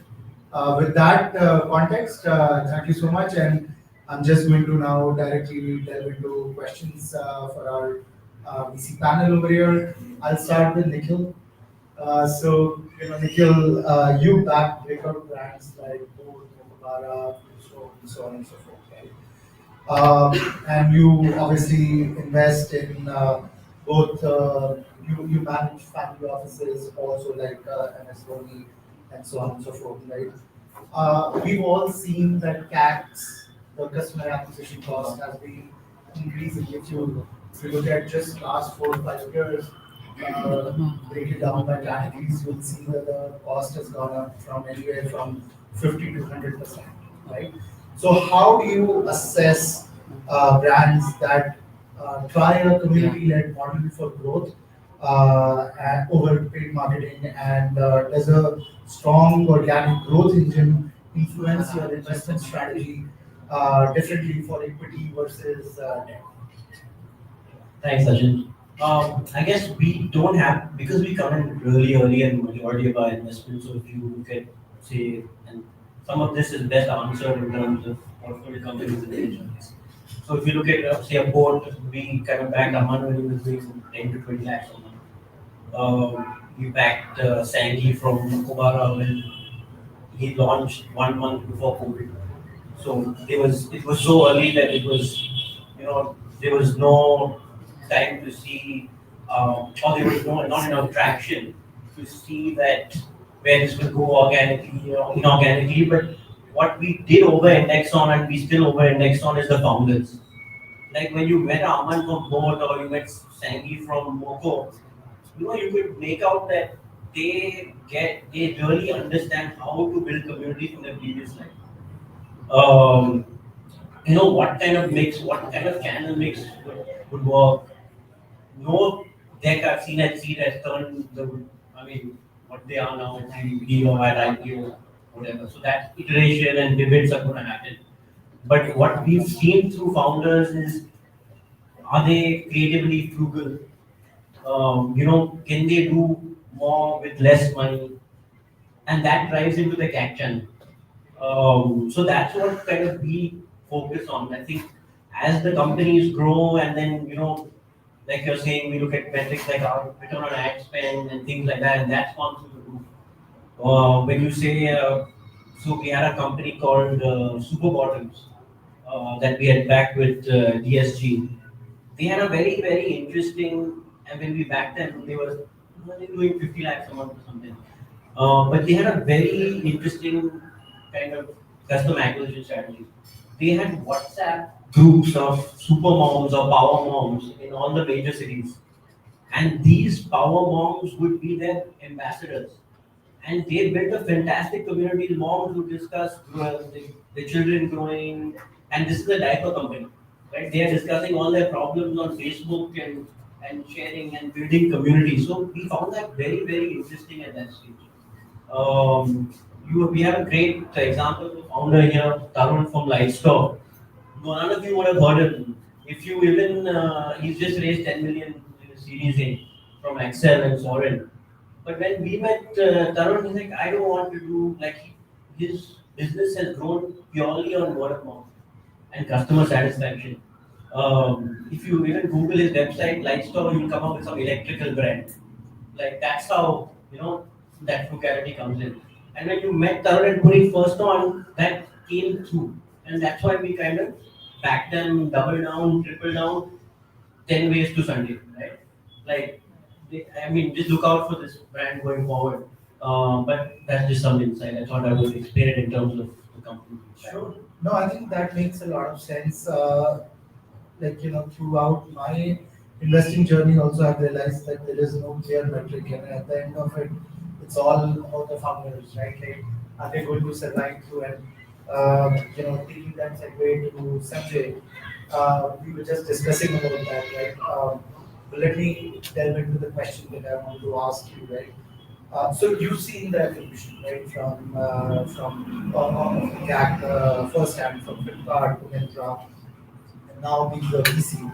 With acquisition cost speaking, how do you assess a founder's ability to build a community-powered growth loops and reduce CAC into retention, right? What early signals sort of show a brand as a community fit apart from the product fit? Uh, any metrics that you would want to touch upon? Got it. Yeah. So first and foremost, very clearly, we kind of come in very early, pre-seed seed. So extremely difficult to kind of figure out at that point in time. And most of the companies that we fund is an idea. So for us to really kind of validate whether this founder would kind of take a community approach becomes extremely hard. But there are set of things that you know that augurs well for certain categories. So at least our learning has been that certain categories lends itself to building a community. I don't think community is for everyone. It's extremely hard to build, right? So I think there's also time and space as to when there are lots of tailwinds that kind of comes through for the community to kind of happen. So globally, when you look at successful community examples, there are very few that's lasted a timeline, right? So because the product was possibly first, the founder thought community is the way to kind of build my brand, and my product is slightly different.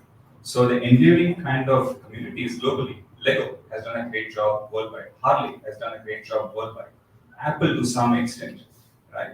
So in India, I think there are far and few, right, in terms of community. So I don't think, so when we kind of look at it, we don't say that community is essential, but we do kind of look at the two clear metrics for any consumer brand is repeat and organic referrals over a period of time. Once those two metrics keeps kind of improving, you know certain things are working for a consumer. And this could be 100 consumers, 1,000 consumers, could be a million consumers, right? But that you need to keep kind of tracking. I remember we launched Mintra and I was kind of running marketing then. It was 2010.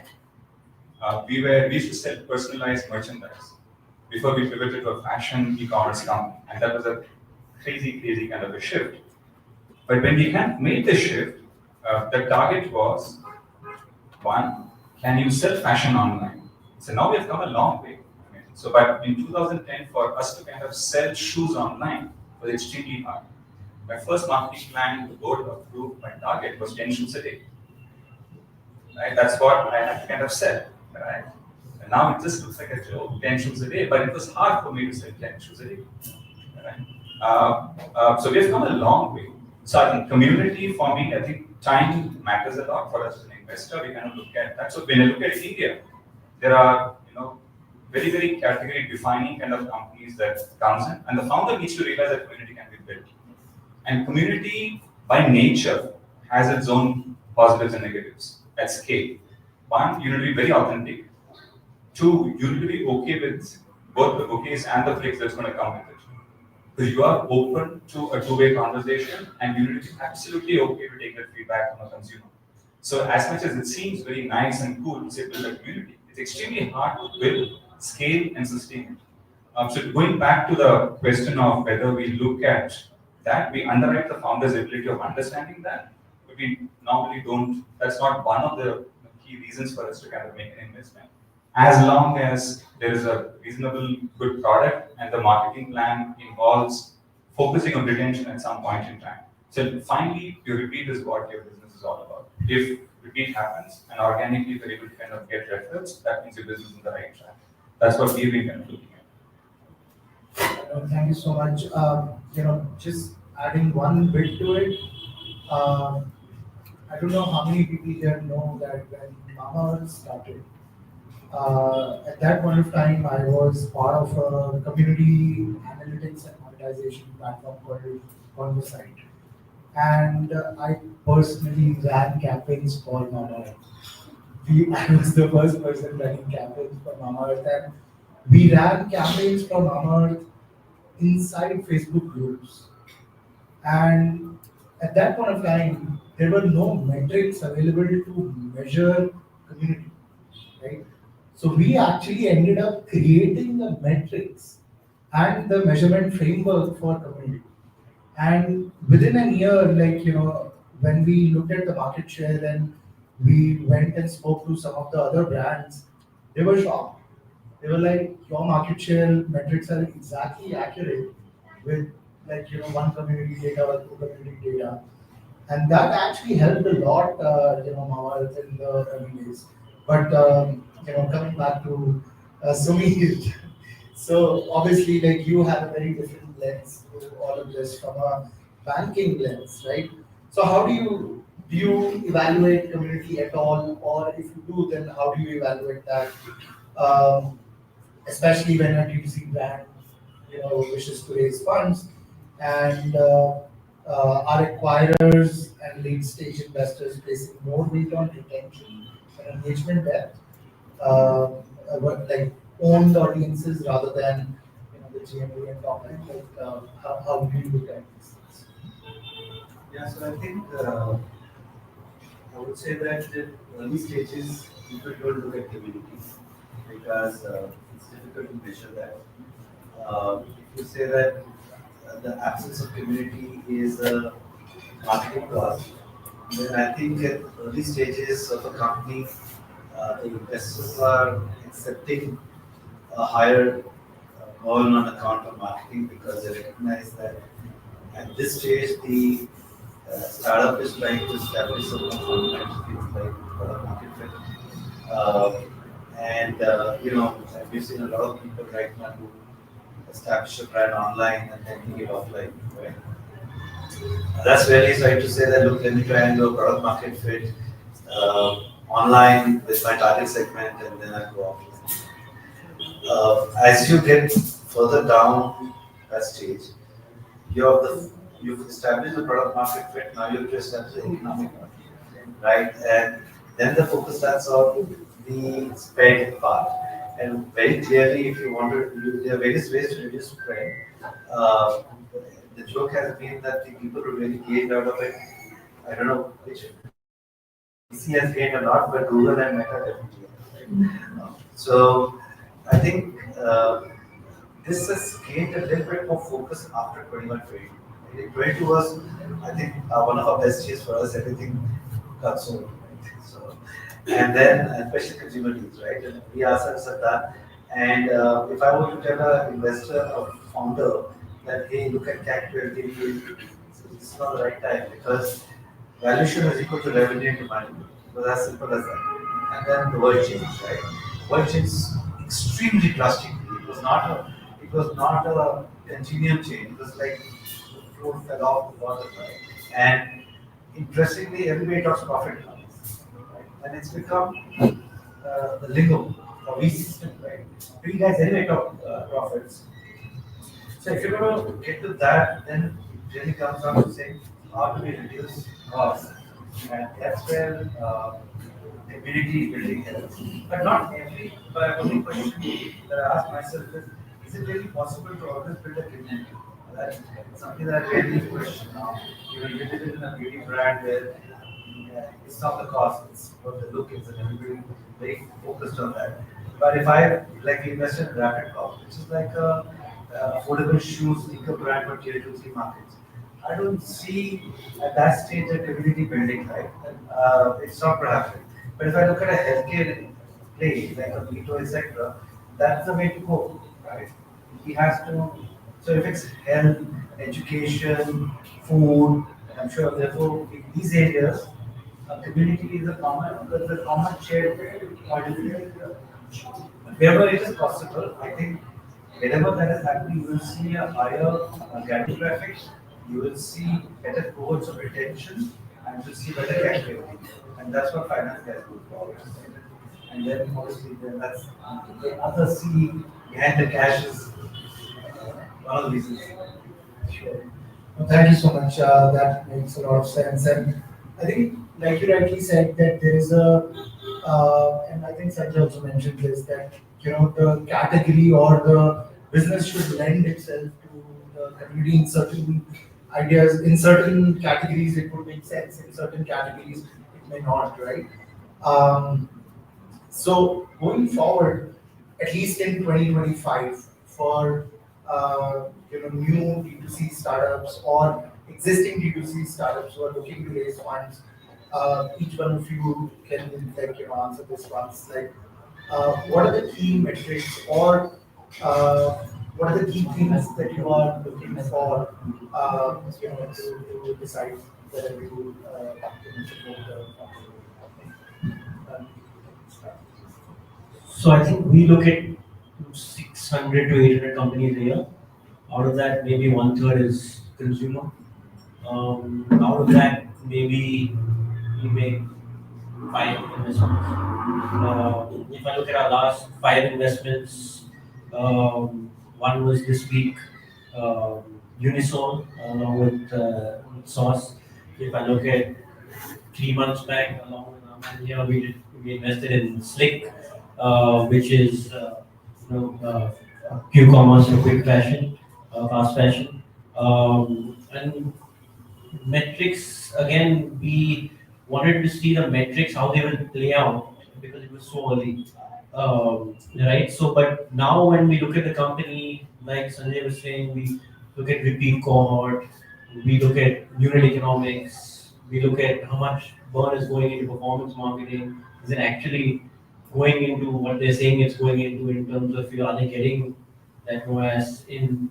I mean, we look at a bunch of different metrics across consumer. And the great part is now, I think founders have, there's so much liquidity in the market for consumer that founders have a little bit more money to experiment with at an early stage, which was not there earlier. I think if I look at Tank Project, which we did, the founder built a great community around the brand, and he's built both an omni-channel play, so his own website and he has standalone stores. So I think that model is also changing where early and Unisol is only offline.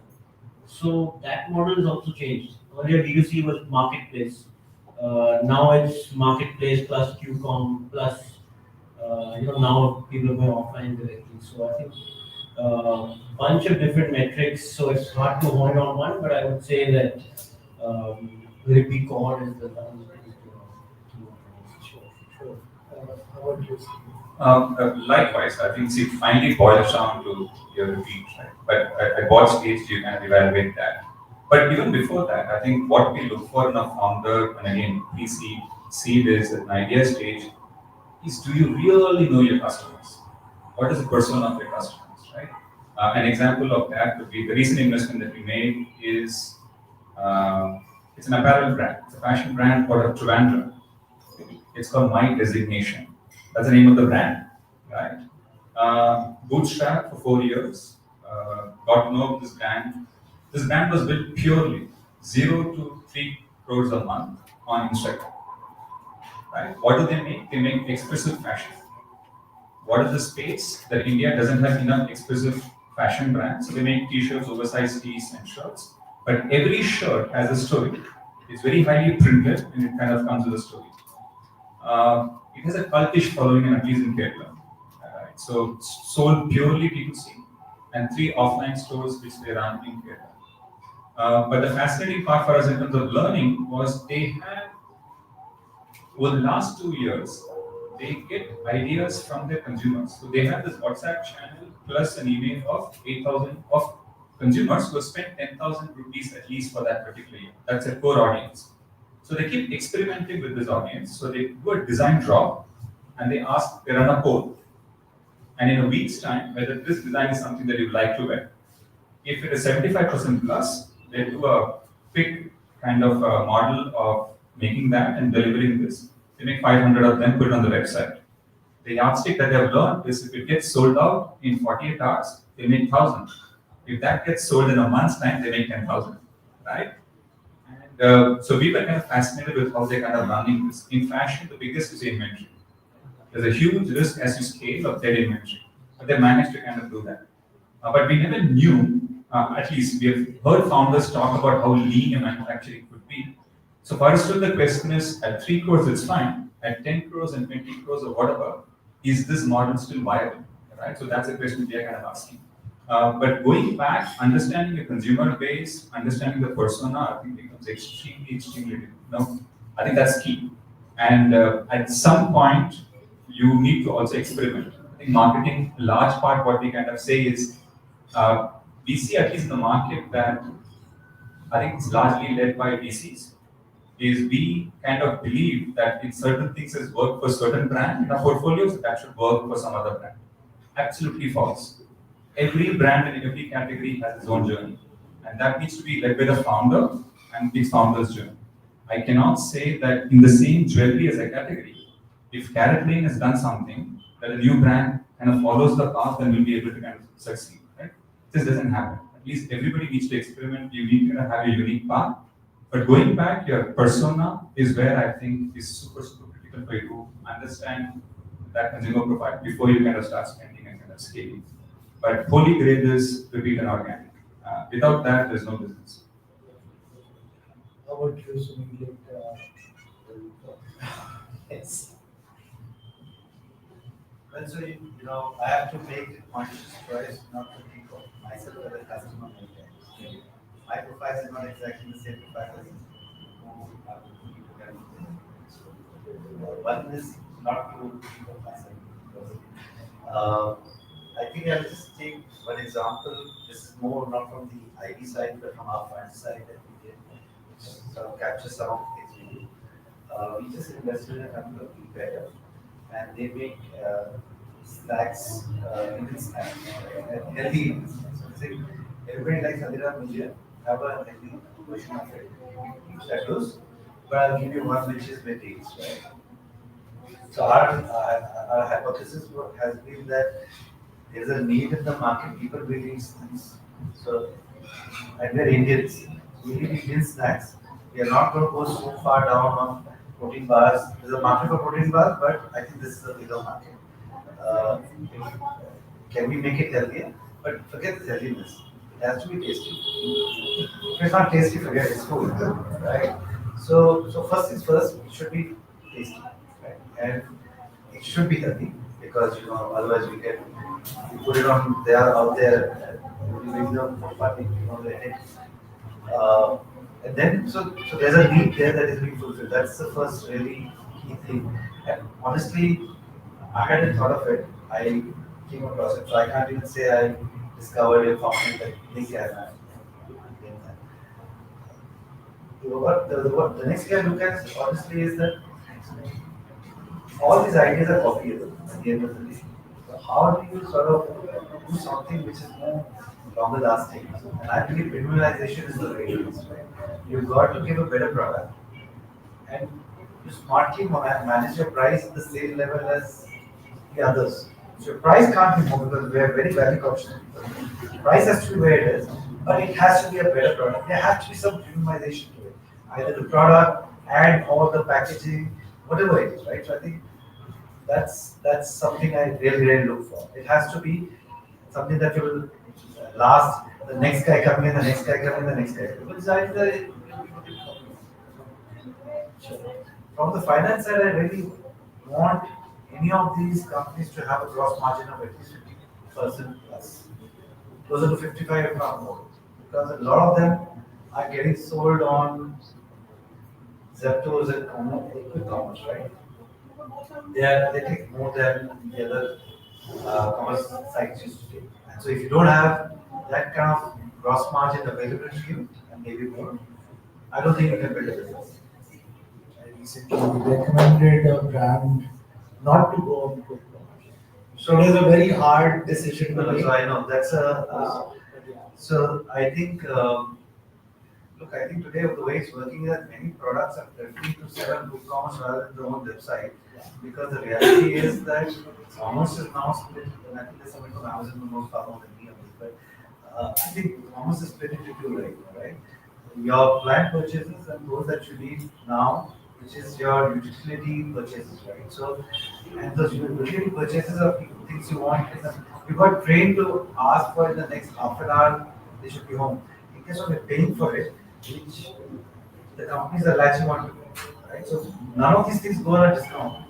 As opposed to our commerce purchases, we all where's the discount, right? And that's what I do. And so, well, the biggest challenge with India has always been that we're very, very cautious people. People will always look for the cheapest deal and the best deal and wait for it. Quick commerce completely upended that. By the way, I don't know how many people you know that quick commerce is there are only three places actually in the world. It's India, Istanbul, and Indonesia. There's no quick commerce in the US, there's no quick commerce in any of these places because they don't have the density that we have, right? So it's unique. I can tell you that there are many companies which are just powering ahead because of that. So it's a very, very difficult situation. But what's going to happen is you are shutting down your website, so you don't have unique data of your customers. You don't get data from a Zepto. You tell me itna maal bika, itna piece bika. That is it. And GT is a very difficult task to do. When you get there, you don't get data there either. So it's a tough one. I don't know how to answer. All right. I think overall we can say that either you build a community zone or you control your costs in such a way that you're not going overboard and identify whether your brand should be on quick commerce or not. Probably own your own audience through your own website kind of a platform and so on and so forth. And of course, retention and repeat purchase. No, so this is great. Thank you so much for all your insights. How about we open it up for the audience for the questions? So, a lot of the investment brands that we have usually focus on repeats, right? So these are brands that have a product that people want very quickly. There could be some products, a good example probably is like antibiotics, right? If I'm also creating something that category where it's like a single product, there's over maybe a year or two will probably want to reconsider. How does that fit into investors and what I could take a worse example than that. I mean, if you look at this space, right? This space, you build a house once in 10 years, you do your stuff up, and so there's going to be no repeat. So every purchase is a profitable purchase. So they spend close to 20-30% on CAC, but they have high margins of 60%. And so every transaction they make money. Of course, now they're trying to get into thinking through as to how do we extend it, right? But there's some model where there's a natural depth to it, right? I mean, if you think of a Lego in the same case, some of them will obviously keep renting, but they're rental otherwise for many. It's a temporary activity of shifting a city or some change or event. So that's a natural churn that's going to happen, right? So that's a problem if you actually put one standard model on everything. It doesn't work. Also, I think consumer behavior has changed a lot. If you look at, say, in the last round you asked about the luggage, right? Now, earlier, if you look at consumer data in India, one family used to have a couple of pieces of luggage. When they travel, they'll share that luggage across family members. But if you look at consumer behavior now, it's changed a lot. Now, every family member, every kid wants their own bag, including a 5-year-old who say, I want a smaller story to ride in the airport. Right? So, there's been a shift in consumer behavior, and also one model doesn't fit all. Just to add on the Attenborough example, right? So one is, I think Amazon data clearly kind of says that ceiling fan is one of the largest selling categories in Amazon. You look at the electronics, electrical side of things. So the fact is, the number of times a household now buys into a ceiling fan has gone up considerably over the last 10 years. I think that's one. Two is when they kind of came in and said, there's a new tech, a new design, we give you a remote. That's all they did, and kind of was available. You've created a massive brand trust. So people now, Attenborough has become a very, very highly considered brand from an awareness point of view. You quickly kind of see them kind of now the brand trust is kind of built. And what are the adjacencies now? What all can I kind of launch where my repeats can be much higher? So if you see the next 10 years of Attenborough, same brand, started with ceiling fan, we build trust, but I can maybe possibly get quickly on the electrical on the home side. I can build a toaster, I can build a mixie. So you can kind of extend the brand, and hence the repeat from a household seems to kind of increase. And that will be the clear next 10 years plan. So thank you. So they're already doing that. But my question was, if somebody is building a single product, right? What would be some We take this up in the online discussion for the follow-up.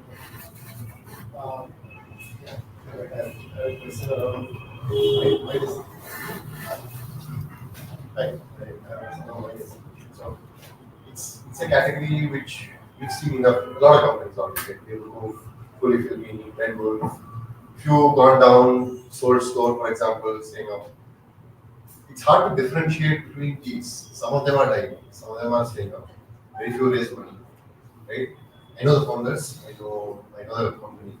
So what went through your mind in saying, okay, this will still succeed? You have examples of failure around this. This is sort of a commodity, printed t-shirts. Right? The supply chain goes back all these days and you buy it in the same place. So what makes you believe this will work compared to the others? Very, very good question. So few things. Yeah, at least personally, I've looked at pretty much the last 5 years, all the apparel brands that's kind of launched from Waveproof to Snitch to, we have looked at the deal from not Snitch, we didn't see the pre-seed, we saw the seed from Series A onwards. So few things that kind of stands out. Very few, actually, I don't think there was any company, except possibly for Snitch, at that scale, including Soul Store, had a 3 crore revenue, they were burning quite a bit. The number one, right? A repeat of my designation was extraordinarily kind of high, very, very high. I mean, it's ridiculous in terms of how high the repeat for that brand is. And third, why I said cultish is, I spent 2 days in Kerala, Monday, Tuesday. I was in Trivandrum. They were in Lulu Mall. So 2:30, I said, let me kind of go to the mall. I went to the founders. They were on the first floor, and all other brands from the country was there. They had a very tiny store. It was about 500 square feet. That was the only store at 2:30 on a Monday that had people. There were 18 of them, and I went at 2:30. Young, mostly young millennials and largely Gen Z. I spoke to 10 customers, and 8 of them had bought something. 2 of them didn't. So I went and spoke to these 2 guys who did. And their answer was, as to why they didn't buy, was they expected Friday to be a drop. But that Friday there was no fresh drop. They said, I have all the 10 oversized tees. I was waiting for the 11th drop, which they announced, but they don't have it. I said, they were doing something right for this guy to own 10 of their t-shirts. Right? So I think it's just a gut that they're building something very, very powerful at that point in time. Now, scalability and how large they can be, luck. I can give all the gyan right now saying that this will kind of work out. But like everything else, you trust that the founder has built something meaningful. You've met the customers. The unit economics looks nice. They're scale bootstrap to whatever. There are 400,000 Instagram followers, right? Without any money. There are very few brands. The other brand that has 400,000 plus, Mukubara, the whole truth, has raised quite a bit of money. So, sitting out of Trivandrum. So there's something these founders have kind of done. And again, Reflections was not just that. Reflections was other category.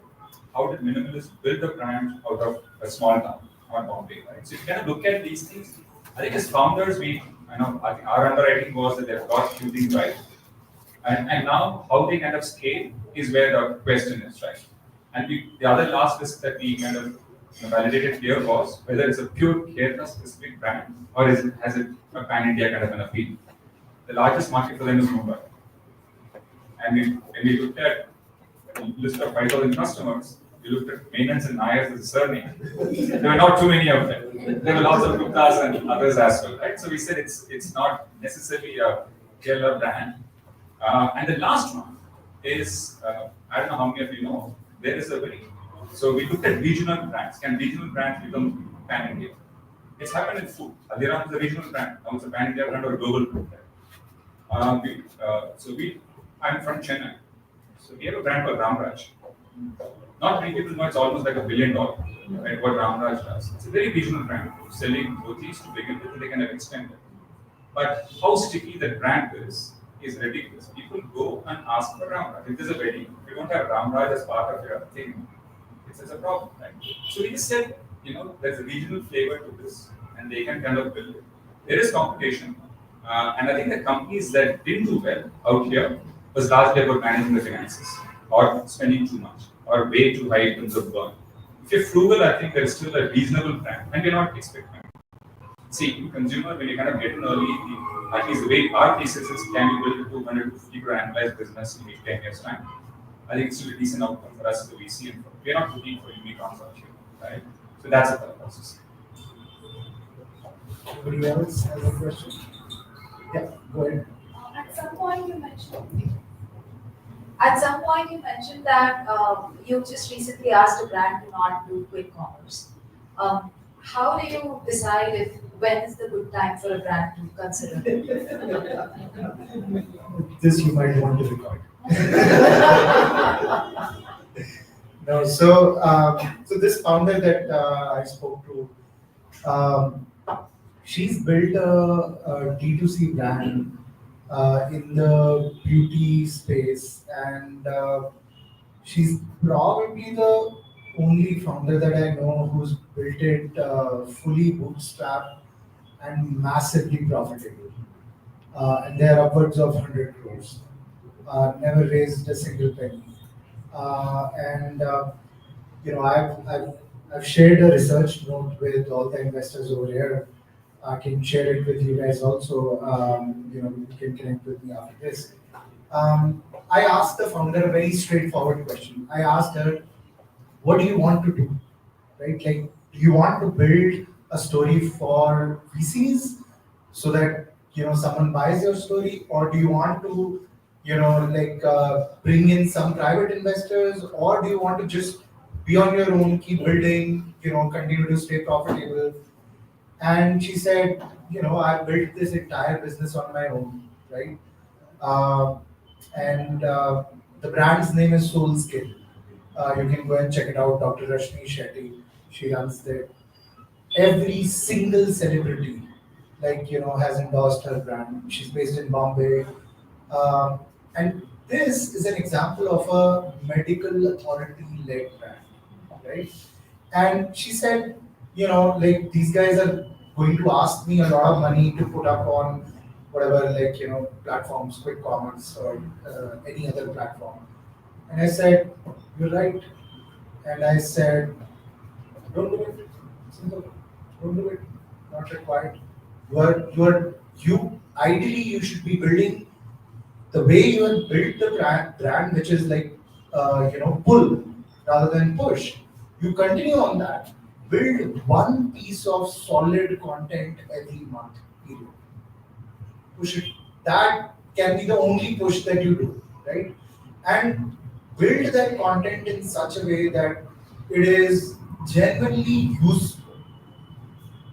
Lending this line from a very close friend of mine, Ashish Chopra. He's one of the top viral marketeers in the country. He basically says this thing, right? Like, build something or create something which is useful for the consumers, right? And it will go viral, right? That's it. To answer further on this, that when to go on quick commerce, I think, if you have established a profitable channel, right? Like, if you have established a proper system, 2-3 years into the business, and at that point of time you see that you could scale very fast, very high, even if you have to earn something for some time, but you know that the unit economics looks great. Probably that is the time. I don't know, this is also for the first time, I'm trying to answer it. So, thoughts? Yes, just going to BBC, we have a company called Innovist, which is a private equity run. Again, he went against the curve and VC thinking on, and he had some of the largest early stage investors, like Axel Atoms and KKR and SRJ and private capacity and stuff like that.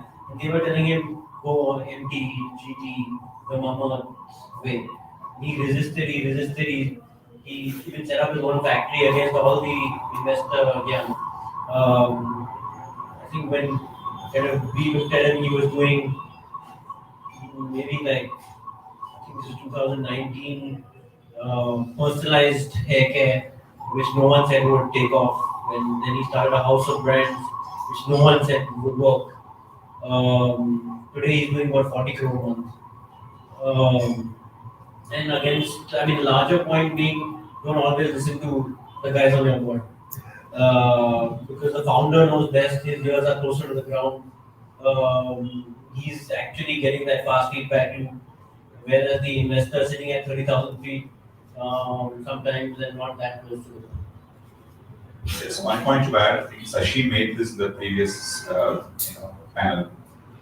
It finally boils down to whether economics works for you for that channel. Right? What at least we have seen in very, very early stage, at least in our portfolio, they have tried quick commerce. There are a couple of platforms where they're able to kind of make money, there's margins, and they're also able to collect, money comes on time. I won't name, but there's one platform where they're struggling. The money doesn't come, there's auto deduction that kind of happens in the name of marketing. So we've kind of told them, don't work with that channel, right? So at early stage, that's a problem. Once you're there for 4 or 5 years and at 100 crores, for example, where quick commerce also needs you, the customer demand is so much, then they're okay to kind of talk to you in terms of the terms and conditions, right? But early on, I think purely depends on whether they have enough margins to play the channel and learn. Even if you're breaking even at that channel, but overall you're positive, still worth trying, right? So it's finally the math that needs to work out. Second is, are you able to collect that money from the channel? If both works for you, I think there is no harm kind of experimenting with the channel. Just a follow-up, when you're looking at quick commerce, I think there are two ways that I'm able to see it. One is, as a new brand, you also use it as a channel of discovery, where you place it and you're now looking at it, not probably from a unit economics perspective, but marketing perspective, versus when you're already a brand, like you mentioned. And now it's just an additional channel where you want to sell it from. In the latter one, I understand the unit economics should work on it. In the first one, maybe it's like category specific that you figure out, okay, this would be a marketing channel. Has any brand done that? It works. So quick commerce, at least our learning has been that people, when they search for something, I think quick commerce behavior possibly about 3 or 4, right? So one consumer behavior is you know what you want. For example, I need a whole truth, I go whole truth, I know it's going to come in there. That's one way. Second category is I need a protein bar, I have a yoga bar, I have a fat, I have a whole truth, and you kind of figure out in that every quick commerce company has its own way of marketing that. Some comes as sponsors, some would kind of come as handpicked. Swiggy does handpick. So I think there's a way they kind of highlight what they want to kind of sell. So as a consumer, visually you get a queue and kind of buy that, right? But because quick commerce by nature, you're not browsing too much, for people to kind of discover an absolutely new product / brand becomes extremely hard. So you need to always kind of, if you have a clear value, for example, if you're selling something in the food space and you have a diabetic range, and if the diabetic range has only 4 or 5 brands, you will still be discovered and you can kind of sell. But if I'm buying a moisturizer, and if you're just going and searching for a moisturizer, you will have the incumbents, all the large brands, and the mid-sized D2C, and the early ones. You will possibly have a clutter of 15 to 18 brands. In that case, it becomes very hard for a consumer to make a choice. So it depends on how you're kind of playing the search within that. And there's lots of intelligence that at least Blinkit and Swiggy gives you in terms of how do you kind of play that as a differentiator. So you'll be discovered and thereby kind of push towards the same. Go ahead. Yeah, very helpful. Thank you. Is there any other question or can we close the panel? All right, I think we're done. Thank you so much, guys. Thank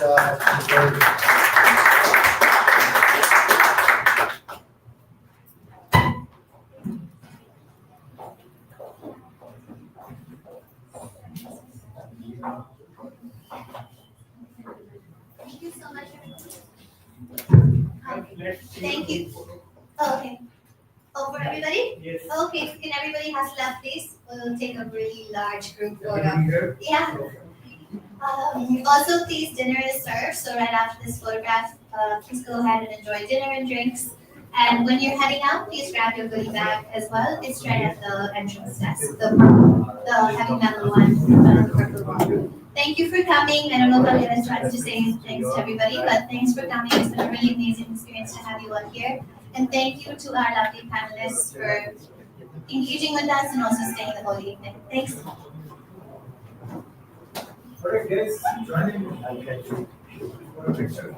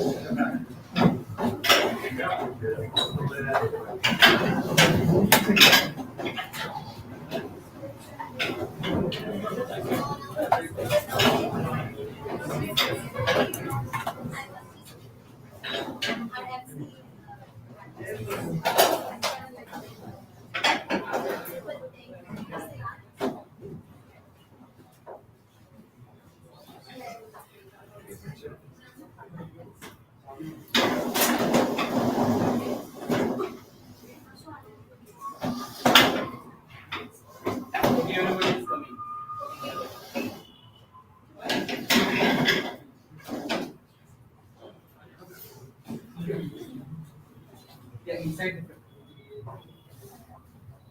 Okay. Yeah, video will take. Completely inside. Little closer shot. थोड़ा थोड़ा move हो जाएगा. There is space here, guys. Please move it. No, nobody is getting it.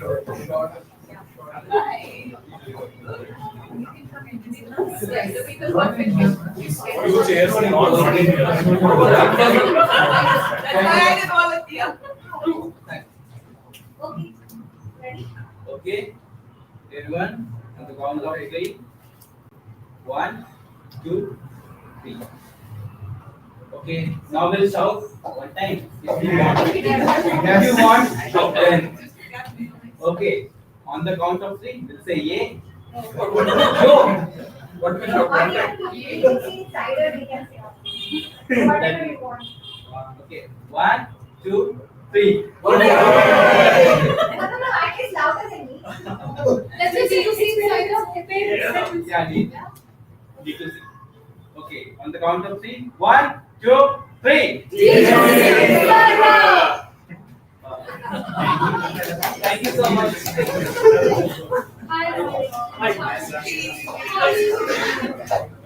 Good luck to all of us.